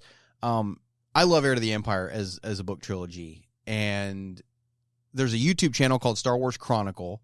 I'm sure you guys have heard of it. I'd never heard of them before, which is kind of weird. And I'm not really big into looking at like fan-made stuff. I try to stick with canon stuff for the most part. But I came across this video they did a couple weeks ago, and it's Heir to the Empire. They're doing an animated version of it that fits kind of more into canon than what the books do. And so they're doing it in chapters. And I watched chapter 1, and I was just like, this is awesome. This is great because it's very Clone Wars-y style animation. And you can tell they use some AI with it, and whatnot, but it's this beautiful mesh between the two. And they're telling this really cool story of Heir to the Empire, but it fits more with canon. So, like, Hu Yang is there. Hu Yang is in this version of it. He's teaching Leia how to use lightsaber and stuff. And it fits more in with canon. And I think like the third chapter just came out. I watched the third chapter the other night. It's awesome. It's called Heir to the Empire. Go check out Star Wars Chronicle and watch this because it's really, really cool. I'm kind of excited to see where it ends up going since it's going to try to fit in with canon a little bit more. Since Hu Yang is there, that's why I'm saying I think they're trying to fit it with canon more. And Leia's lightsaber looks like the lightsaber from Episode 9. And so I think it's kind of... And it got me even more excited for the fact that Dave Filoni is doing a movie that's along these lines. So go check that out. Just wanted to throw that out there real quick, too. But yeah, so the character I think I really want to bring over, since you said Bane, I'm going to say it, Kyle Katarn. I love Kyle Katarn. He is my... Oh, I love Kyle Katarn so much. He's my favorite EU character. I'm sorry, he's my favorite EU Jedi. He's my favorite EU Jedi. And the fact that they haven't brought him into canon yet is irritating me so much that I haven't got to see a canon version of him yet. I feel like they kind of did a canon version of him with Cassian Andor a little bit. Because if you look at like Cassian Andor and Jyn Erso, it sounds a lot like Kyle Katarn and Jan Ors. You know what I'm saying? Like it's kind of, and they both stole the plans to the Death Star, and that's what, you know, that was the whole thing Kyle was famous for. I would bring Kyle Katarn over, and obviously you can't keep his backstory the same because he's the one that stole the plans to the Death Star, and now we have that story in Rogue One as different characters. Kind of retcons him. But you could alter his backstory a little bit and still bring in Kyle Katarn as this cool Jedi that you know started to train with Luke and everything. And I think that'd be so much fun. I love Kyle Katarn. There's only a few lightsabers that I've bought so far. I've got my lightsaber. I've got the one that I wanted for me, my Xenopixel, and then I started buying just empty hilts just to put on the wall. They don't need to have electronics anymore. I just want them to look cool on the wall. And there's two I've bought so far, and it's Luke's from Episode 6. That's a beautiful lightsaber. And then I bought Kyle Katarn's. Those are the two I've bought. I love having Kyle Katarn's lightsaber. I love him as a character. I've even played videos on YouTube of like his entire lore and backstory to show Kirsty, just to show this is why I love Kyle Katarn so much. He's just a badass. He's awesome, right? I think he should get a video game similar to Jedi Fallen Order. Yes. I think that'd be great to keep him kind of in that wheelhouse, like in that medium. I think that makes sense to play as Kyle Katarn. But I want to see him in live action so bad. Oh, yeah, that'd be great. I want to see. Who'd you get to act? Who'd you get as the actor? Ooh, oh man, you put me on the spot. That's a good question. I don't know who I would get to play him. I mean, I'll play him. I've got the beard. I'll be Kyle Katarn. Let me play him. That'd be, oh my God. I don't know if I can act worth a damn, but I think that would be a lot of fun to play Kyle Katarn. But anyway, I don't know who I'd get to play him, but I just want to see him. I want to see him brought over into canon. And maybe they'll bring a character, and you could displace him the same way Thrawn kind of was when he was introduced in Rebels. He was kind of displaced from the timeline and put somewhere else. But I think that'd be fun to bring him in. So that's my answer, Kyle Katarn. That's my go-to. So thanks for the question, Chrissy. I sure appreciate it. Let's get on to the last question of the episode. We're going on like 2 hours right now. So let's do this last question before we wrap it up. This last question this week comes from Taylor Frake. And Taylor sends in and says, now that we know several Jedi survived Order 66, does it retcon Yoda telling Luke he's the last Jedi in Episode 6? Ahsoka is still alive too. Thanks for the question, Taylor. Yeah, we talked about this a little bit earlier. It seems like the more and more Jedi we're introduced to post Order 66, it feels like the clones weren't that effective at getting rid of the Jedi. And there's several more. I mean, Kyle Kestis being one of the big ones. Ahsoka obviously survived. We don't know the story behind Baylan and how he survived, but he made it out. You read the comics and how many Jedi just made it. Quinlan's still alive. Kanan, there's Ahsoka, there's Cal Kestis, there's Baylan Skoll, and there might even be a few more to be introduced along the way. Yeah. There's the guy that Cal Kestis faces again in Dathomir. In Fallen Order, can't remember his name, but yeah, him. There's going to be more. Here's how I see it, to be honest with you. Yoda's line isn't meant to be taken literally because a lot of those guys aren't Jedi anymore. Right. Kyle Kestis never actually got onto being a Jedi. He was just a youngling at the time. He wasn't a Jedi Knight yet. And Ahsoka had left the Jedi Order on purpose, so she's not a Jedi anymore. Right. Kanan sort of is a Jedi, but there's no more Jedi, so he doesn't try to seek it out, doesn't try to keep going with it, etc. Ezra is just in training. He's not a Jedi. He's a Force user, but he's not Jedi. Right. He didn't survive Order 66. He just exactly came in after. So Yoda's speaking thematically, I would say, specifically poignantly to dedicating yourself for the Jedi Order. Here's what I mean. By the time of the Return of the Jedi, Luke is the only one actively carrying the mantle or trying to carry the Jedi that legacy represents forward. the Jedi Order. Yeah. So yeah. Ahsoka, for example, insists that she's no Jedi. Kanan dies before Luke's prime. Cal's in hiding. Others have they've either abandoned the path or they've been cut down by Inquisitors. Luke is the last one standing who can actually rebuild the Jedi Order. So, well, maybe Leia, obviously, but Luke. In that sense, Yoda wasn't lying, to be honest with you. Right. He was just placing the weight of the Jedi's future on Luke's shoulders. Yes. And honestly, that makes Luke's journey all the more powerful. Not because he's literally the last Force user alive, because he's not. Not because he's the last one who knows of the Jedi and knows of their teachings, because he won't be. But because he was the last one willing to step up and embrace the Jedi mantle. Yes. And when the galaxy needed it most. And then after that, when he still tries and fails, and then Rey finds him, and then he goes back to teaching Rey, he goes 3 lessons, and that's it. Well, she is now on the path of becoming a Jedi herself. Yeah. She can choose to embrace it, or just be a Force user who's fighting against the First Order and just knows a little bit about whatever Luke's going to teach her, and that's that.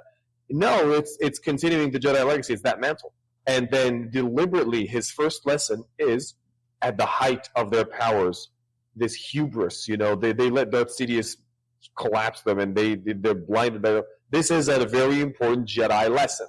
It's not just a lesson about Force users. It's not just a lesson about good or bad and not being blinded by arrogance. This is a Jedi lesson. So anyway, so that's what I think about Yoda's words, to be honest. It's not retcon. It's not wrong. Yeah, I completely agree with you. I wholeheartedly agree with you. When you started talking about the mantle of the Jedi, that's what it is. Yoda was placing the responsibility of continuing the Jedi at Luke's feet. He didn't do it with Ezra, because we know Yoda and Ezra have interacted in Rebels. We saw them talking through some, weird Force vision, not ghost thing, but weird connection.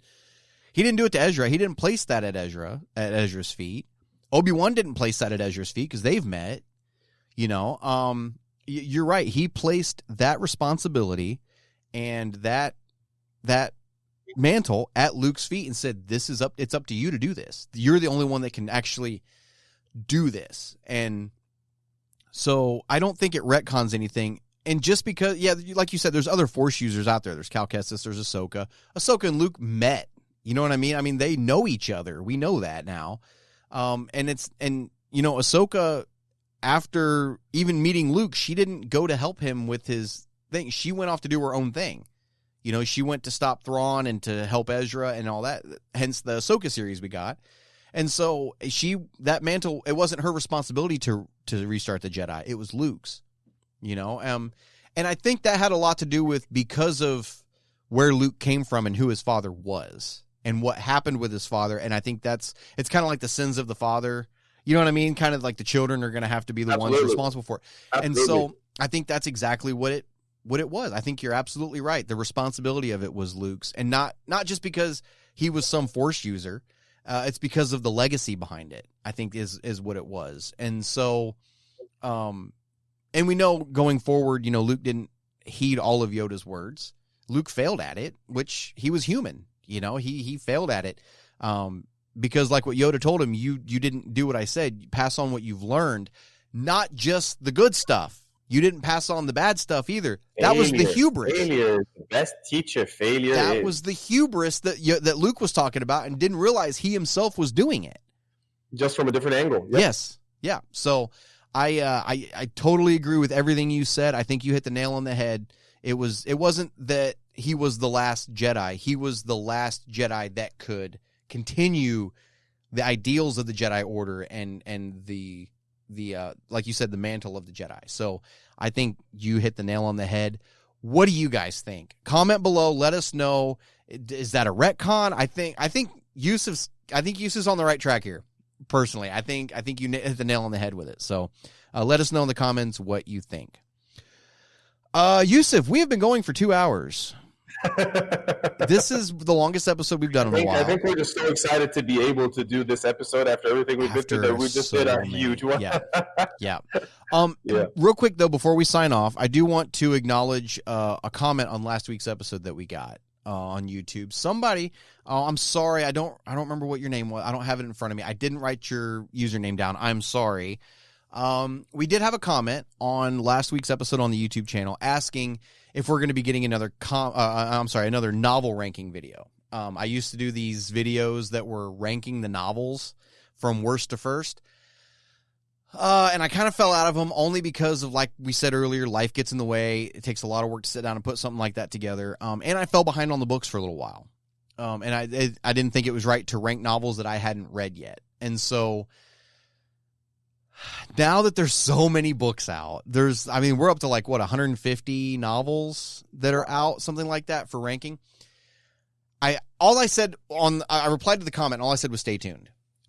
Because I'm planning on eventually, and I talked to Kirsty about how am I going to do this, because there's so many books out now, and stuff with the High Republic. The High Republic throws kind of a monkey wrench in because it's all one story, and you can't really rank the novels in High Republic because you have to read all of them to get the whole story anyway. So I've taken it down to ranking story arcs, if you would. Okay. So High Republic is going to be one story arc. That's going to fit somewhere in on this ranking. Aftermath trilogy, it's going to be as a trilogy. It's not going to be individual books. Gotcha. Alphabet Squadron is going to be like a trilogy. The Queen's trilogy is going to be its own thing. I'm not ranking those novels individually because if I come out and say, hey, like Aftermath trilogy, right? My favorite one out of those three is the second book. I'm going to say, hey, I think the second book is the best one out of all of them. If you just go read the second one, you're not going to know what's going on from not reading the first book and, not reading the third book, or if we come up on a trilogy where I say the third book is the best, you still got to read the first two to figure out what's going on in the third one. Right. So I'm going to start doing trilogy absolutely right. arcs, right? For novel arcs. And so I am planning on doing another one. And the way I'm kind of planning on doing it is sitting down and doing one final full ranking of these arcs. One full one of everything that's out so far. High Republic is going to be its own thing, each trilogy, and standalone novels are obviously going to be standalone novels. But every year after that, I think I'm going to do one every year. But instead of doing a full ranking every year, because they're just going to get longer and longer and longer, they're going to be an hour longer each year. And eventually we're going to get to the point where we're doing 10, 11-hour videos. And I can't sit here for 11 hours and recap the same books over and over and over and over and over again every year. So what I'm thinking is we'll do one final big ranking, and that'll be the concrete ranking for those books. And then each year afterwards, we will rank the books that came out that year of which ones are the best books and everything out of what came out that year. And then at the end of the video, I'll show where they fall in the main ranking on a list somewhere and just put that out. I think we can do our own internal. You know how you do IMDb website video, film rating and series ratings? Yes. We can do that sort of rating with the novels that we've read together. Yeah. And then obviously you can do the ratings for novels that you've read alone. And obviously the rest of the group is going to get in on this. Steven and JG are massive readers. Richard has read a lot. Nick Albers may not have read a lot, but he knows a few of the books, and he'd be happy to chime in, I'm sure. Yeah. So that sort of rating would help us fit the bigger picture. Yes. For sure. Yeah. So there's one coming, but it's going to be a serious undertaking, and it's going to be a little bit different than what they used to be. Because I used to get comments all the time saying, man, how can one person just sit and talk for this many hours about so many books nonstop and just go? And there's a lot of people that's really cool that you can do that. I'm coming up on 40. I don't know if I can sit here and just talk to a camera as long as, as I used to, and get winded, pretty easily. But they are coming. It's going to be in a little bit of a different format than what it was, but they are coming. I just wanted to put that out there, and awesome. And let you guys know that I haven't forgotten about it. It's just, there's a lot that goes into one of those videos. Sounds absolutely insane. Awesome. So, plus I want to get caught back up on the books. Like I said, I haven't read some of the High Republic stuff. I haven't read Acolyte or the Crystal Crown yet because I consider them High Republic. And JG told us last week, Acolyte is like a or not Acolyte, Wayseeker. Wayseeker is like an epilogue to the High Republic. So I feel like I need to finish High Republic before we read that one, and Crystal Crown and everything like that. So they're coming. Just give us a chance to get caught up and get some of these reviews out and everything, and then we'll kick a ranking video out, and then try to stay on top of them each year with just doing with the novels that came out that year. So that's where we're at with it. I just wanted to address that. So thank you everybody thank you everybody for sending in the questions that you did and participating and being awesome listeners. Especially with the 10 years that came around. Thank you for the kind words for everybody, with the congratulations you guys have sent this way and the well wishes. Thank you for the kind words. Thank you for tuning in. Usef, I want to thank you for joining me from 8 time zones away. I know you're 8 hours ahead of me right now. Thank you so much for taking the time out to sit down and talk Star Wars with us and kind of giving your thoughts on stuff. Thank you for keeping up with the effort and the editing and keeping it going and being persistent and trying, even though we had issues getting this episode, but we got it done. We're going to get it done. This week was trying. It was very trying. Yes. I was so discouraged because we were going to record, because we're recording this Saturday morning. And as soon as we are done recording this, actually it's Saturday afternoon now for me, I think it is. I'm going to sit down and start putting this together to try to have it out for tonight. But we tried to record Thursday, or we talked about recording Thursday. I had family stuff pop up, wasn't able to do it. So we tried to record Friday. We tried it last night, and then technical issues. We had a bunch of technical issues, StreamYard and us, and my laptop and the mic and everything. It was insane, the stuff we were having. And so finally, and I was disheartened Thursday night, and then I was disheartened last night because we couldn't record. And I was like, man, I had a hard time sleeping last night. It was just with everything going. And then this morning, I'm fighting a headache because there's weather moving in. I live in Kansas. There's weather moving in here for later this afternoon. The pressure change is just wreaking havoc on my sinus system. So I was, you guys probably saw me sitting there drinking my coffee and caffeine, trying to fight off this headache. So we did it. We got it out. We actually got one in the can. So thank you, Usef, for bearing with everything that was happening and still being able to tune Brian. In. Always good to talk to you, man. Thanks for hopping on, man. So until next week. This is Brian and Usef signing off.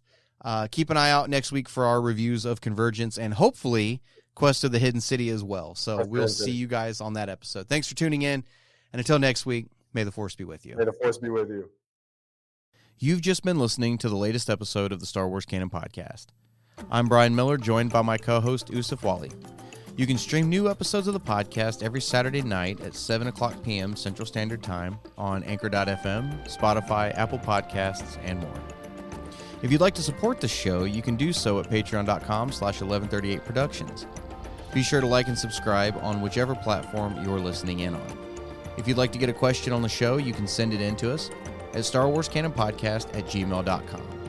Until next week, keep it civil, and may the Force be with you.